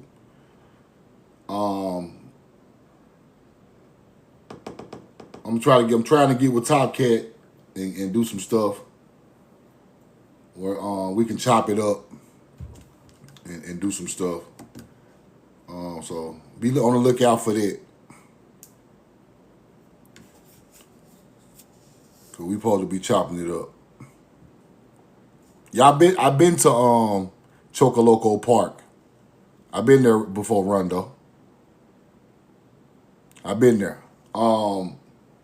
They got stone mounds out there now. They used to be regular mounds. They had a stone altar on top of the mountain in that area, like a high rise, and they brought it down and put it in the park. I've been there before. It's in Alabama, right? Yeah. Talk like Hebrew people. Somebody said they want to come up. Siobhan, what's up? How you doing? Hey, Mister, we know the truth now. I just had a quick question. I'm at work, so I wanted Yes, to ask. ma'am. Would we need to sue the federal government to get access to those remains? You're right. We do. So it would, you know what? I was on a panel with you. I think that was last week. But it's a gentleman that I'm on panel all the time. His name is Absolute Chaos. You know him? Yeah, I seen him before. Yeah. Okay. So he sent me two documents that he created. One was the Restoration Act that he created, and the other one is he sent me the first half of it. It's 24 chapters, but it's basically to put us back where we need to.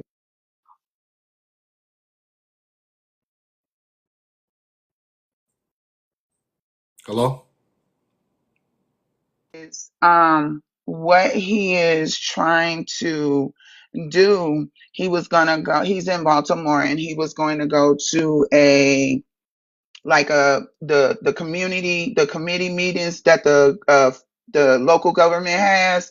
I Mm-hmm. can't think of the name of it, but he was going to go there and give them his documents he sent them off to certain federal agencies. And I was telling him, we really need to get a strong core committee because we need to be on that house floor every time they go in. We need to be there because we have to get ourselves in the right place.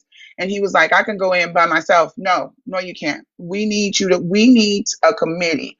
I saw them last month snatch a Marine, a YT Marine I out seen that. of, you seen that, and they broke his hand. He Mhm. looks like them. He is a part of them. So if they will disrespect him on that level, we can't go in there by ourselves. We have to have a committee, and a committee needs to be those that standing 10 toes down and not gonna move off of that square. Right. Um, that is, I really want to start to focus my energy towards that and try and see how we can come up with that because this is the year we shutting their asses down. We should not go too much more past this year with this bullshit. We got to get their asses in order. And I'm Right. sorry for cussing. I'm just really, really frustrated with what's going on. You're right. We have to get something together to put these people on notice of what's going on. Mm-hmm. So you're, Mm-hmm. you're exactly right because us talking amongst each other is not putting them on notice. They I try, am they try to going. say they try to say the internet is putting them on notice, but that is not. It's not the same as Mm-mm, it's not. it's in person with your people and our vision of what's going on. Right. Written down for them to understand what we're saying. So you're exactly right. And people keep saying, so I've seen videos of them Native Americans going in and reading at the mayor's office and they're reading these eviction papers, da da da da da. To me, that they shouldn't be doing it at all for real. And No. then to me,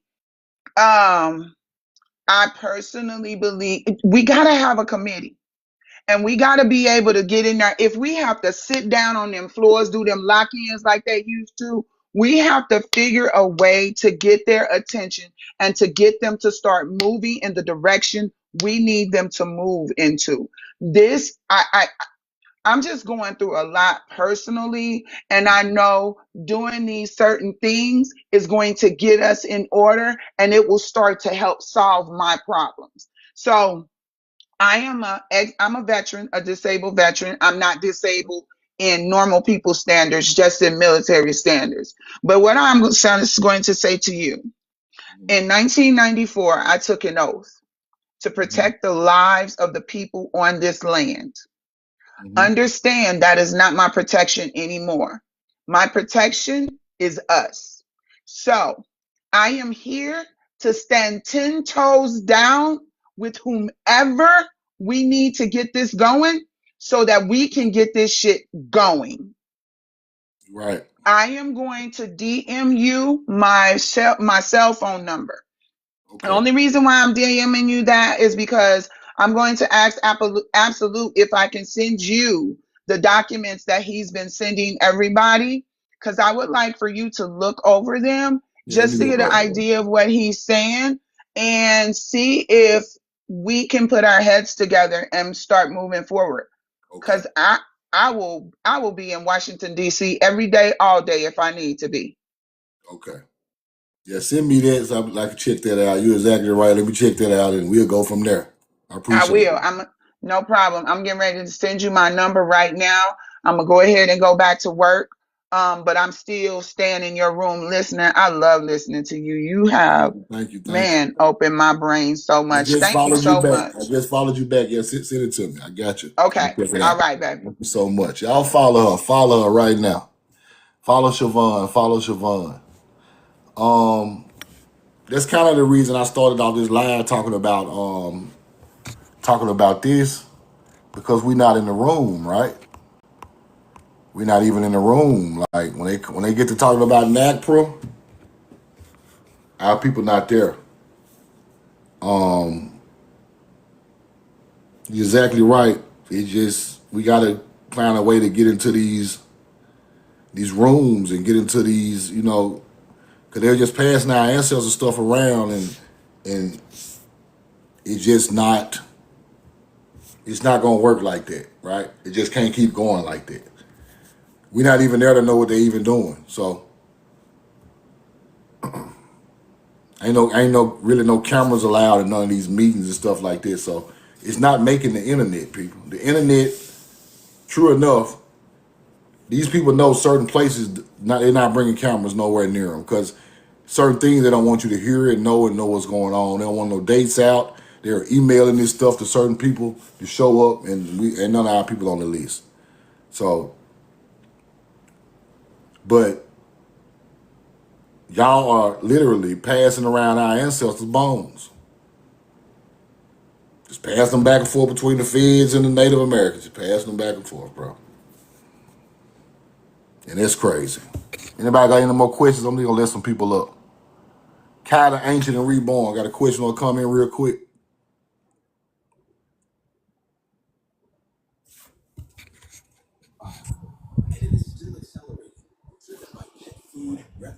Yo, yo. Hold on, I missed that up. Gabriel, question or comment?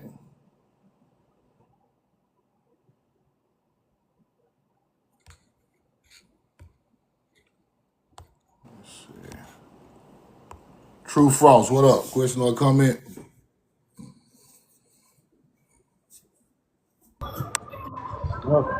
He worked it. What did he break wrong? Let me see.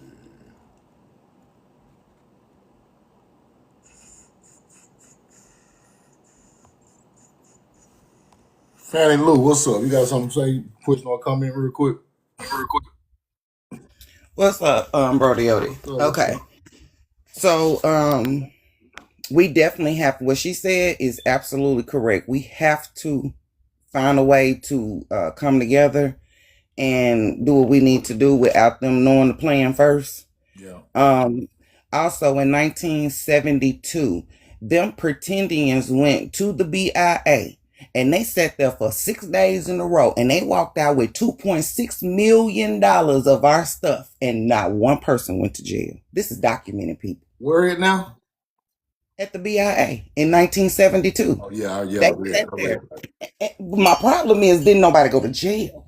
You understand what I'm saying? Didn't nobody get hurt? Didn't nobody go to jail? So what was this real? Listen, these people are corporate actors. This is why you keep hearing Trump say, what's the word he keeps saying? Central casting. They're actors, okay? Another thing, y'all, they got your information is out here, is fragmented, is scattered. And they did that on purpose because I got to go all the way to Fort Worth, Texas to get a piece of my paper. Some of my paperwork is in California for Arkansas. So they got it spread around. You're going to find information in these, find out where the Catholic diocese is because I got a lot of information on the Catholic diocese because they keep saying, Let me ask you a question about. Let me ask you a question about that.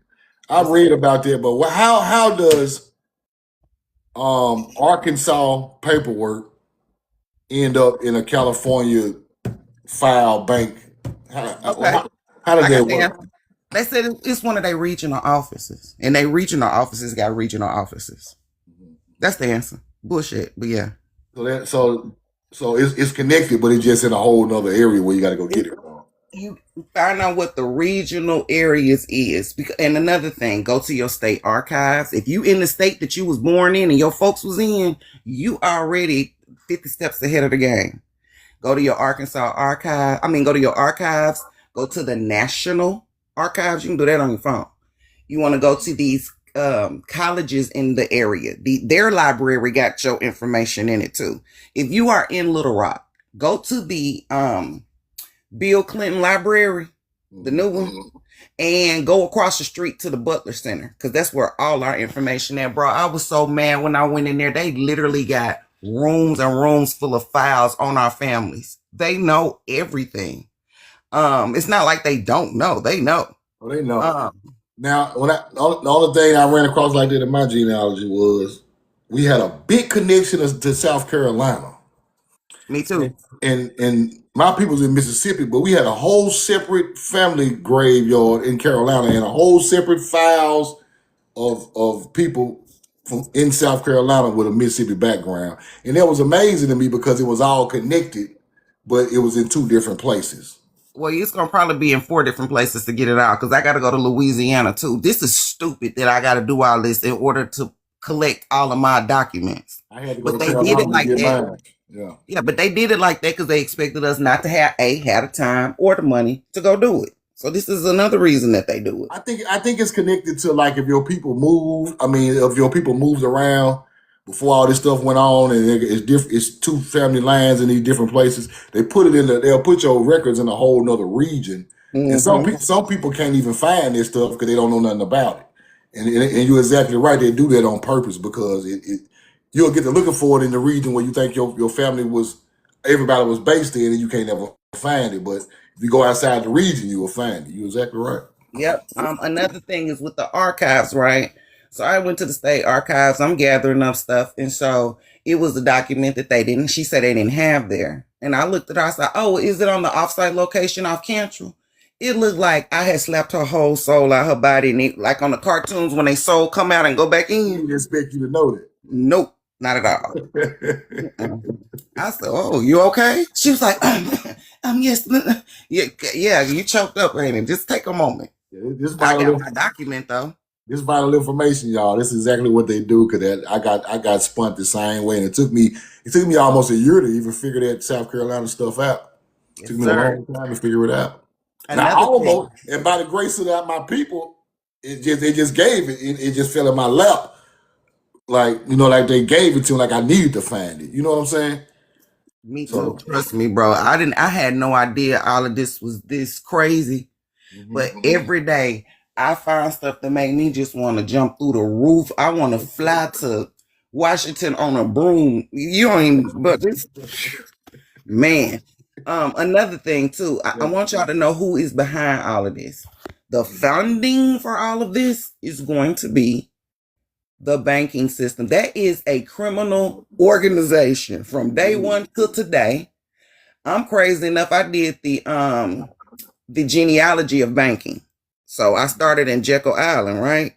Yeah. And so it give you the Rothschild, some names you don't know, it's all like it looked like your tree, right? When I Now, got to when I got to the current day, guess who at the on the top on the tree, bro? who? Bill and Hillary Clinton. I can't even Oh make yeah, this they up. on there. Oh yeah, they on there for sure. They on there for Yeah, sure. that's who controlling the That banking house, system right now. the house that they put together, the banking system, sits on top of mounds right at Jekyll Island. You knew Yes, that? sir. Yeah, I do. Who was there? There was Vanguard, right? Vanderbilt. Yep. Vanderbilt, he claimed that he started his fortune with $100 borrowed $100 from his father. I want y'all to go look up that castle in Tennessee and go look up Fisk University because all of that Yeah. is what he bought with it. Just so you know. But one It other thing, was Rothschild, Vanderbilt, Carnegie, Carnegie. I think it was one more. I can't think of their name. Smithsonian. But like you said, they done a blood, like some type of blood contract on top of a house in a mound. In Jekyll Island. I think them Tamuka Indian mounds. Okay, guess what they signed that's supposed to been seeding. I want you to know when you read the word seeding, this is mean that they had a pew pew to your folks' head. They, that they wasn't seeding don't mean they just gave it to them. Just like they gonna tell me my ancestor gave America 3.5 million acres of land and kept 80 in Pine Bluff. Huh? No. Okay, so they kept saying that he was a half breed. They kept saying his mother was Quapaw, and they can't never tell you no information about none of the women, and that's by design, y'all. But I can tell you where you can find the women that in your family that's missing. You need to go to the Catholic and the Jesuit notes in your area, and that's how you'll find out the women that you can't find. And they said that he was a half breed, so I Why went do to you the think that? Catholic Why do you think Bible. they take the women out of the history? Because the baby, I mean, that's where this was a matriarchal system. They flipped everything, so they tried to erase the women and give everything to the men. And you see where we at today with that formula. It don't work. And also, if you take a couple generations of women out of people's genealogy, they can't figure it out at all. Exactly, but they don't want you to figure it out because once you find her, you gonna find everything, and they know it. Right. Um, my So he was buried on my land. I got the book that he was buried on my land. They said it by name. That's how I know it was my land. 2 years later, the United States government and the Catholic Church came and dug his body up and moved it to the Catholic cemetery in Pine Bluff. I was riding by my ancestors' grave my whole life and had no clue. It's crazy. Now I still got a cemetery on my land. It's got bodies that predate America easily. So they keep hollering about this DNA. We'll do DNA against them. Arkansas Pine Bluff is in Mississippi. It's the Delta. That's the most ancient land in the world. Yes, sir. And how you gonna know that is you gonna have natural bitumen, which they used to call pitch, that they used to put on their tent on their roof so it wouldn't leak. That is ancestral plant. That's ancestral matter. That's your folks' body. That's plants. That's all of that. That's what oil is made out of. Oil is ancient earth blood, if you will. You know That's something. what it is. You know something. I always teach about bitumen and how bitumen was used on the first boats ever made in the world. That came from here. Bitumen was used in mummification, sarcophaguses, and ancient caskets and stuff like that. That's our culture. You're exactly right. That's to keep them from, that's how the mummies is in such good shape, because that pitch in there didn't let moisture or nothing get to them. And then we did the, natural preserving anyway. And so, yeah. Another thing, Arkansas and Oklahoma is if you look at it on the map, it's literally in the heart of America. So what we were attacked on all four sides, and we were wrangled and pushed into this interior, if you will. Now, the plan was to have all of us on the amount of land that's Arkansas and Oklahoma as one. Soon as they found out that it was some oil in that panhandle, all of a sudden it was two states. It was Oklahoma and Arkansas, just magically. And where they found that mummy at, that mummy was on the literal line of Oklahoma and Arkansas. The King Tut mummy they found in Arkansas. They call in the newspaper. They call it the King Tut mummy. I know what you're talking about. Have you heard of the Arkansas Sphinx? Because there's one here. Yeah. All of that. Like they don't talk about Arkansas enough because they don't want y'all to know. It's some of everybody linked back to Arkansas. I did my genealogy. I'm from Arkansas. I'm just looking like hot. Well, the reason everybody was from Arkansas because this was where we were supposed to be settling at after the whole bull crap. So that's why how so many people lead back to this area. The northern Delta, very powerful area. Very, very, very powerful area. And so we had corridors too. We didn't. Now does that Arkansas Pine Bluff hook to like Yazoo City Basin type area a little bit? Yes, that's all connected to the Delta. Exactly. And all the way down to like Greenville, Mississippi and stuff like that. And yes, sir. All the way down to the Gulf of America. Yes, sir. But that particular area though is so powerful, from the Mississippi Delta up to Arkansas, Little Rock. Bruh. They don't even know, do they? That area got the oldest finds in the world, y'all. I'm telling you. In the old newspaper, they talk about the Yazoo Delta up to Arkansas had the most largest massive civilization in the world that was covered over. Absolutely. And listen, bro, I found some kind of I need to show it to you. I found something, whatever it is, it's ancient. That's all I know. All I know is it's ancient. And I found it beside the river. That's all I can tell you. Yeah, you need to shoot me a picture of that in my DM. Bruh. And I got in the back of I got a whole like damn near a truckload of this shit, because you can tell it was like some kind of effigy or something that they destroyed. And effigy mound or something like that, or effigy like artifact or mound.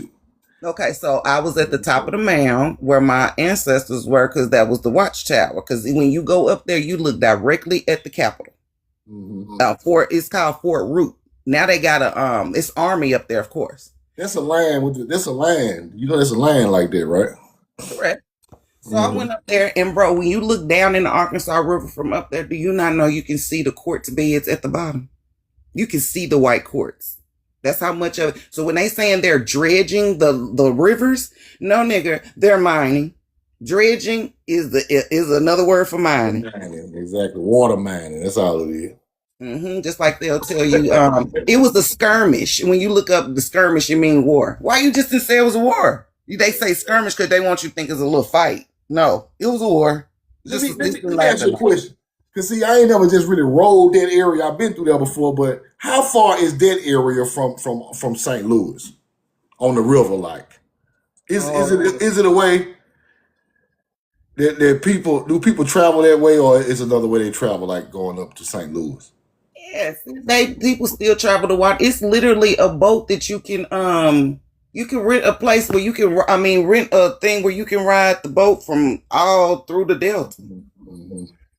Absolutely. I need to do that because there's some stuff I found on the map in those areas that is crazy. Yeah. But it ain't nobody land. It's like private land. It's like federal land. It's like Uh-huh. stuff covered up with trees. Yeah, they waiting to go get the resources. Understand what's going on here. Yeah, Because yeah. what they did was during the Civil War, they just came and took an inventory of all of our resources. And a lot of people keep Christopher Columbus. Listen, his brother Bartholomew is who did the damn damage. Okay. Bayou Bartholomew is the longest bayou in North America. It's the most biodiverse body of water on Earth. They got a lot of minerals out there. You're exactly right. My grandmother told me that she got baptized in that lake. So I was about 9 and I was like, ugh, grandma, that it's dirty. You let them put you in that dirty water. She started laughing. She was like, baby, when I was your age, she said this water was clear like a aquarium. She was like, you could see the fish and everything. And she said it has such pretty shiny rocks. When I got through doing the digging, it was copper, gold, quartz, all of that was in that I water. got That's old why the pictures of the water was Mississippi. so pure. I got old pictures of the Mississippi River down by Vicksburg, Mississippi. Water clear, the clear water on earth. Yes, sir. And and, she said, and this was in like the 70s or 60s. This wasn't right. even See, I that was born in long. 75. So yeah. My people got pictures. Yeah, yeah, clear. I couldn't She believe told it. me, she said, they used to just take their water and their hand and stick down in the water, drink out their hand, like what cup? You know what I'm saying? Because the water was clear. She said, we just had to watch out for sharks. And I was like, come on, she old, like, well, no damn sharks in Arkansas. Yes, it Yes, the hell was. it was, because it's connected to the ocean. And they put a They bunch of, found the shark in Mississippi a couple years ago on the it's Mississippi River. dolphins and sharks and stuff coming up now. Did you see they caught a stingray in the Mississippi River the other day? Mm-hmm. Them animals are telling us something. The beluga whales is moving, and they passing away in clusters. They having large fish unalive and offs. Yeah. Understand this because legacy mud. They don't want to talk about legacy mud because this is where they don't put all them forever chemicals and all of that stuff, and they've been putting it in the bottom of the rivers for decades. And anytime they open a dam or any of that, it moves. And this is why you got the Cancer Alley down here because all of the industry that's up north, they got it to where all of it will dump into the Mississippi because they know it's gonna come down. That's the problem. That's the That's the problem. main problem. All these industries doing like running power off the Mississippi River and they dumping all this stuff in the river. Do you know how much water they use a day? Oh They yeah. use over 300 trillion gallons of water a day for their cooling towers in America. Exactly. They messing the river up. They messed it Not up. even the river. Okay, Yeah. so it's almost a worldwide water shortage. I want people to go pay attention to the Hoover Dam. Go look at all of the reservoirs in America that's damn near empty because it's going under the ground. Yeah. Because what they have done, they have dredged too much. Because dredging, you making the river deeper when you dredge. So they done over dredged. They have basically over managed the Mississippi River, and the Mississippi River is going to change. It wants to go to the Apalachicola. I think I ain't got that right, but it's close to Apalachicola. Yeah, whatever that river is. Apalachicola. It's trying to go that way. And so what it is they don't want it to go that way because the ports is how they got control. People keep thinking it's the land, it's the water, it's the ports that's keeping them in control. And if one of them ports move, they lose all control. This is why they keeping the Mississippi where it is. But in them Jesuit notes, they got a line in there that says that it was two things they know they could not control forever. And those two things were a river changing courses and a copper colored woman. This is why we public enemy number one, because we carry the code in our wounds. Why you think they want to snatch your wound out? As soon as you, ouch, okay, you want a hysterectomy? You can be 25. You know what I'm saying? Yep. You're right. I was reading a book about the river locks. They call them river locks. Yes, locking Um, dams. Them right there. and they want to control over the locks way more than they want control over that area of land. The land important too, but the locks can control the trade in Yep. which which they All make about all the money. commerce. Yeah, All all about about commerce. commerce. But if you go, it's the documentary, because everybody know I sit up and watch documentaries with y'all. But they said that the Mississippi River is hemorrhaging. Now let me understand, when a woman hemorrhages, she passes away. That's what happens during childbirth. Right. So They killing it. they done did it. Listen, billions of gallons of water go missing between Vicksburg and Mississippi. In Memphis every day, and they are like thousands of gallons. They killing it. They killing nature. Yes, and we are nature. We at the top of the food chain. Now, some of these fish is going extinct. They can't spawn. They got all the sediment. This is why they losing a football field worth of land in Louisiana every hour right now, because they pierced the salt mine some years ago. So all of them, them trees that live for centuries, them, what is them called? They call them, they have knees on them. Cedar tree. It's a cedar tree. Yeah. But they say they have knobs on them because at the bottom of them, they look like they swole because they always sitting in water. Yeah. Them trees right there live for centuries. They make it through drought. They make it through flood. They make it through ice ages. And these suckers is so evil that they managed to find a way to unalive this tree that live for centuries. Okay. When I go to it's a casino in Vicksburg, Mississippi. I do. Right by the bridge. Mm-hmm. But been there several times. Right before you go over the bridge to Louisiana, it's a high mound, like right there. It is. The Mississippi River is, I swear to you, it's about 30% dry on both sides. So it used to be like this. It's in like this, and you can just see like it's drying up, people. And they talk about in the Bible about the what, the Euphrates drying up. Yes, sir. They really talking about the Mississippi. The Euphrates dried. The Jordan River recently dried up, and them folks was running for their life out of Jerusalem, out them But if the walls. Mississippi dry up, it's gonna change the planet. Everything. Listen, it's already happening. Listen, It's happening. That's what I'm trying to tell you. It's already this big. It used to be. It's not making it to the ocean no more neither. That's why the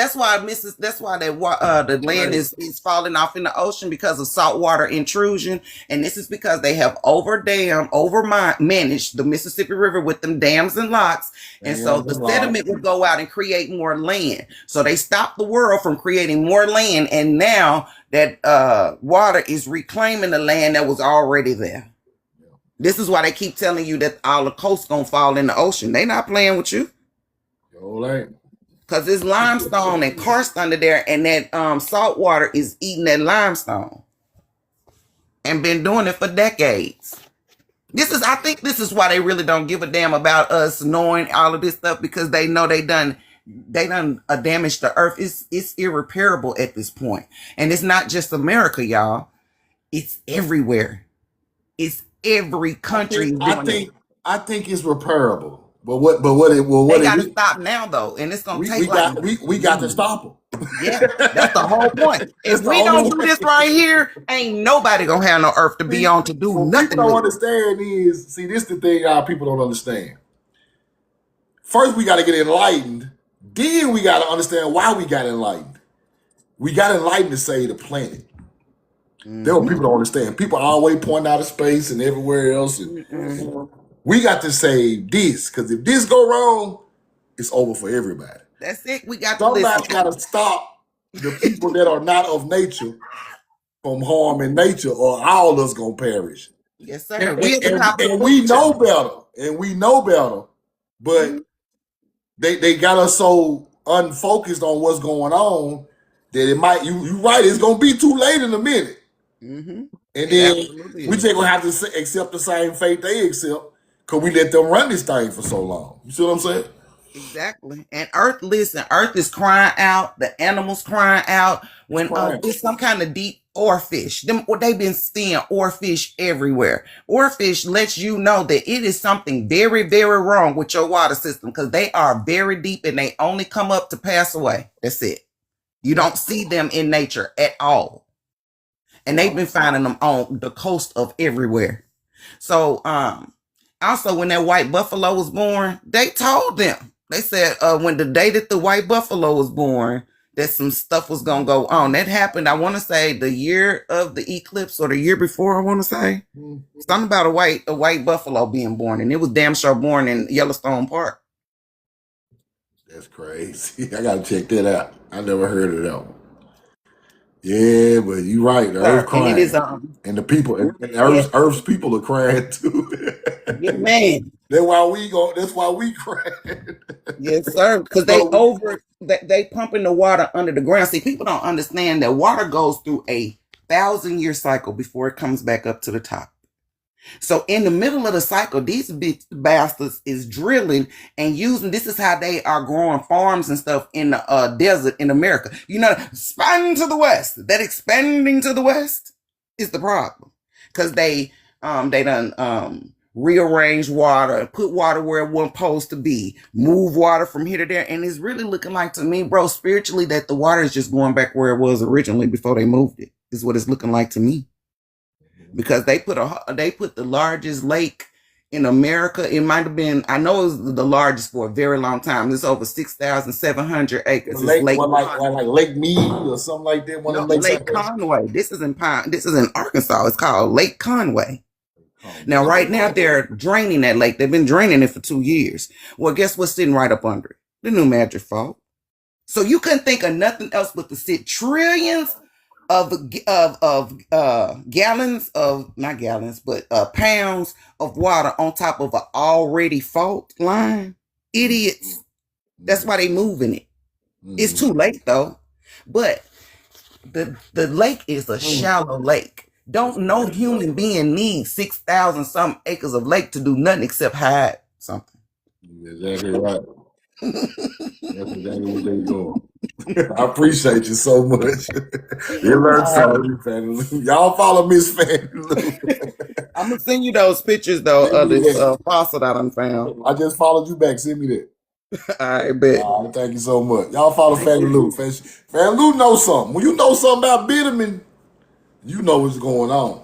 Vitamin is just as important as corn in the information field. Vitamin is just as important as corn because vitamin shows a culture using this stuff. Yeah, she real knowledgeable. I can hear it. She know what she talking about. Vitamin is just as important as corn because vitamin was used 1,000 different ways, just like we use corn 1,000 different ways. So when you get into vitamin and you know about vitamin and the way we buried our people with vitamin, the black tar of the sarcophagus of the first Egyptian, you understand your culture. That is American Indian culture, ancient American Indian culture using vitamin.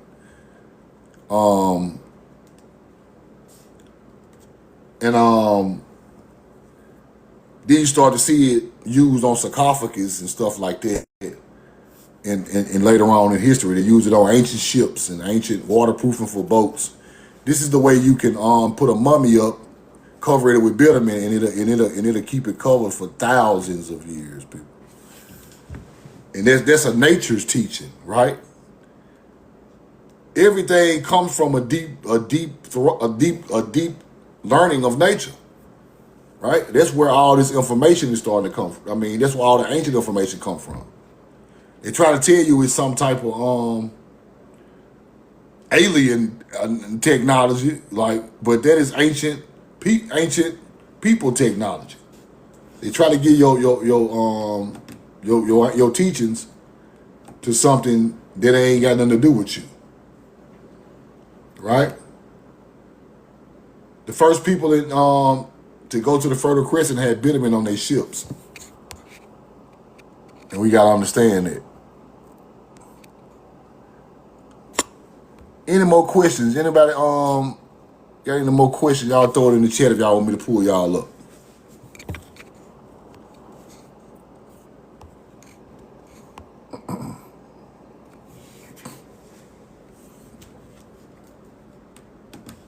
When somebody said misinformation, you don't know what you're talking about, bro. I taught that months ago. Reed ships. Ships made out of reed with bitumen is ancient American ships. I'm telling you.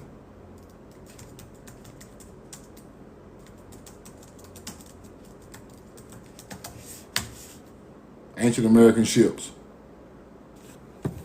They try to act like these people come from Mesopotamia, but these are ancient American ships. Famously use reeds and bitumen together to essentially waterproof in the boat, domestic and maritime constructions. See that? Seal reed houses. Right? Allowing for improved transport and trade along the Tigris and Euphrates River. So, as you can see, these people were there before the Sumerians. This is where the Sumerian culture comes from, the Ubaid culture. And they all talking about the land of reeds. Where you think the land of reeds at? Over here. Egypt talking about the field of reeds, where the ancestor was at. Over here. Don't you get it? They literally just be telling our people what's going on. We just got to understand what they're trying to say. So reed and bitumen made the first boat that traveled across the ocean. Yes, it was used to wrap the mummies. That's why the mummies used to be all black. Right? It preserved them. That is our culture, y'all. I'm telling y'all. The mound builders had bitumen. Our ancient mound builders used bitumen.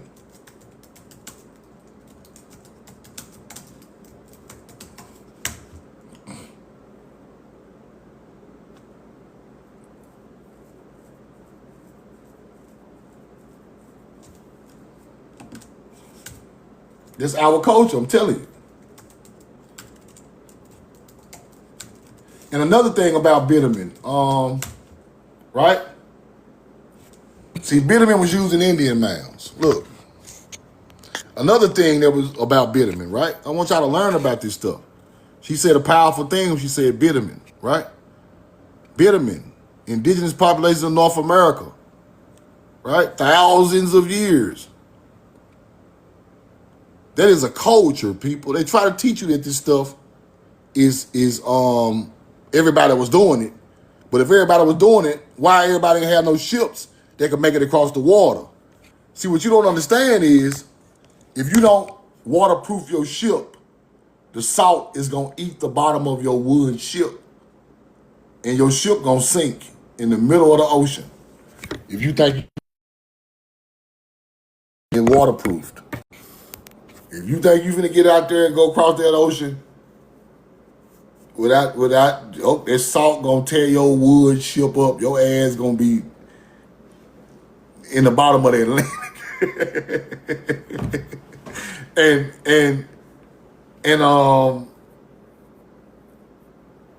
And when I researched the first canoes found in America, bitumen all over them. The ancient canoes, the ancient stuff we used to use on the rivers, bitumen all over. So when you see that culture in another land, that shows you, that teaches you that the reed boat with bitumen is our navigation to a boat. Right? You look at the boat, you look at the Khufu ship under the pyramids, right? Bitumen all over it.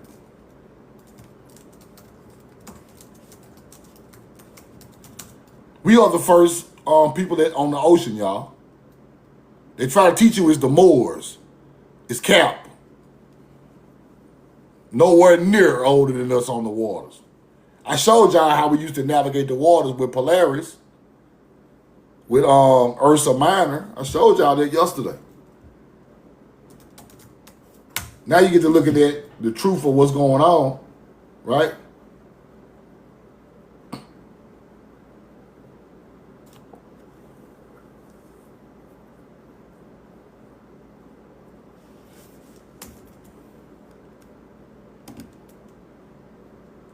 What the heck? These people crazy. But But it said Egyptian ships utilized bitumen for waterproofing. Egyptian ships utilized bitumen for waterproofing. And the first people before the Sumerians. The Sumerian ancestor, which is the Ubaid, used reed, boats, and bitumen also. So we're looking at a culture that's not even from their land. Africa are not seafarers, people. They try to teach you that the North Africans are seafarers. They lying. They became seafarers later in history. Our people are the first seafarers. Facts. They don't even have big enough trees to carve out a whole boat, canoe out of one tree. They don't even have that over there in ancient times. They just lying to us, right?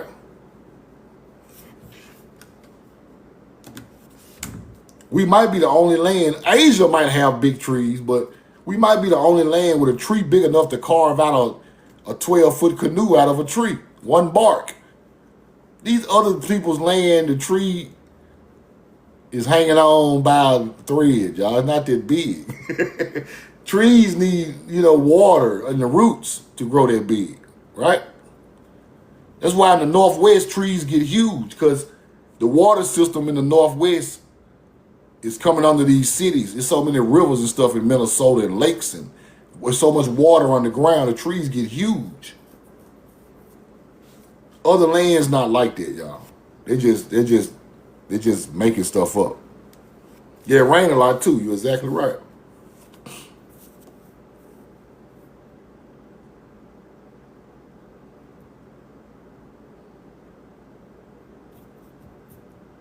So we have to understand our land first, then we can understand these cultures. That's why I always tell people, go to the land first. The land tells the truth. Man can lie. The land, the minerals, the water systems, what these people see in the sky and what area of the planet, the land they own, that's the truth, right? Man and books and all this stuff can lie. Nature don't lie. Nature don't lie. That's why they go into the history books and telling you all these different metals and animals come from Africa, but they lying. Because they know when somebody research it, these animals are not gonna match up with Egypt or Africa. Why are they on the walls in Egypt? They know you. These people got silver pharaohs. Silver pharaohs, people. Silver is not from Egypt. Silver either from Asia or America, right? Silver not from Egypt. How you got a silver pharaoh? Right? All that copper coming from over here ended up in all these artifacts over there. So you cannot debunk it.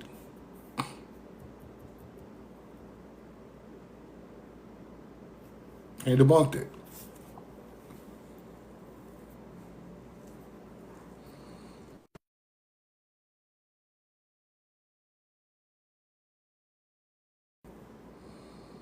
Roll the corn. Any more questions? Y'all want me to answer y'all in the thing? Y'all throw it up there. Y'all got a question.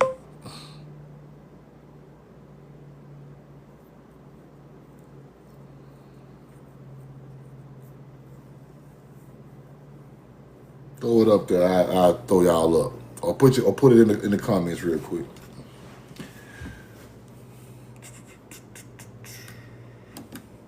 Then I showed y'all that Khufu's grandson, Mentara,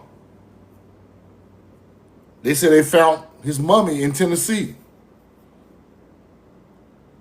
These are the bloodline that built the pyramids in Egypt.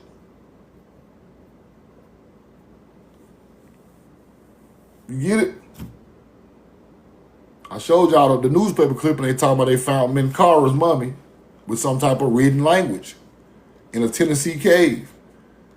That's who the third pyramid of Giza is named after. So why are we finding this stuff over here written if this land ain't got nothing to do with that? And he was the Lord of two lands.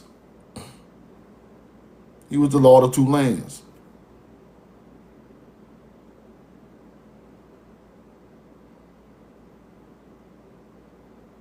I ain't done no research on that Alexander the Great in Ohio, but I heard about it. I'm gonna check that out.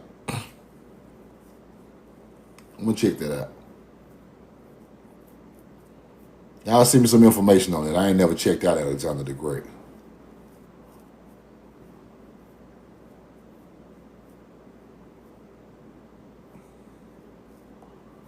Arizona Grand Canyon.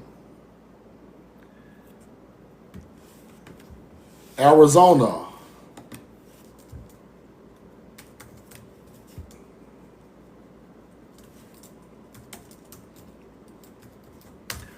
Let me show you something.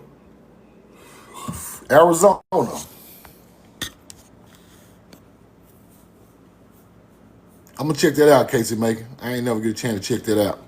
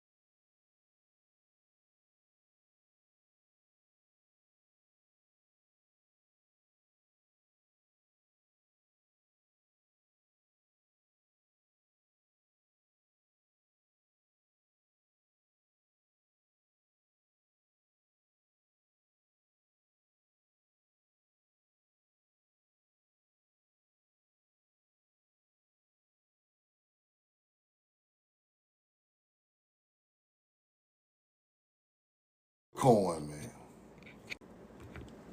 All right, y'all.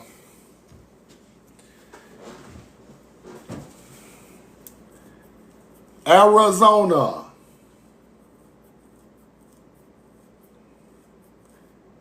I think ARRY means lion. That's what I think.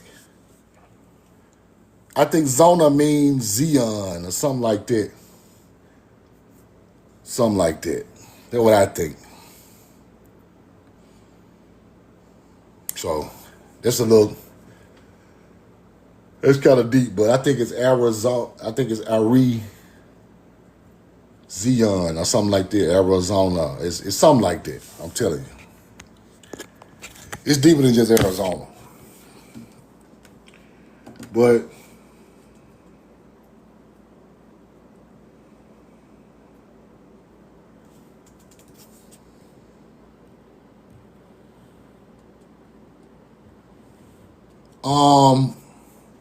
I had another part of my family on my great grandmother's sister side that was in Charleston. Charleston. It was in Charleston.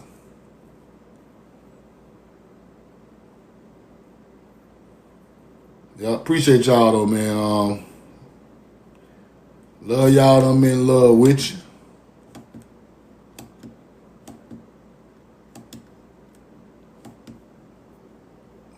In that place in Charleston, ancient cemetery, y'all. I'm talking about old. Old.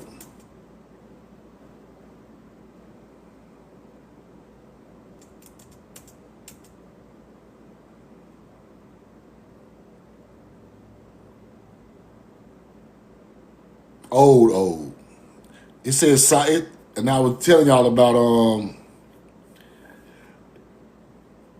earlier in the thing. I was telling y'all about Sahu, and then the Hopi Indians were talking about Sohu too. There was an Egyptian deity, and they're talking about the same thing. So if y'all missed this live, y'all go back and check it on YouTube later. And they're using the same word, they're just switching one letter and acting like it's not the same. But the Hopi Indians were talking about Sahu, and the Egyptians talked about Sahu too. The hidden one. Personification of the constellation of Orion. Stuff deep, man. They got to know the languages and the words and how they switch the words around and stuff, man. But I love y'all. I'm in love with y'all. Have a good day. Roll the coin. Shoot me them DMs with that stuff, y'all. And appreciate y'all. 140,000 likes. If you missed the live, go to my YouTube.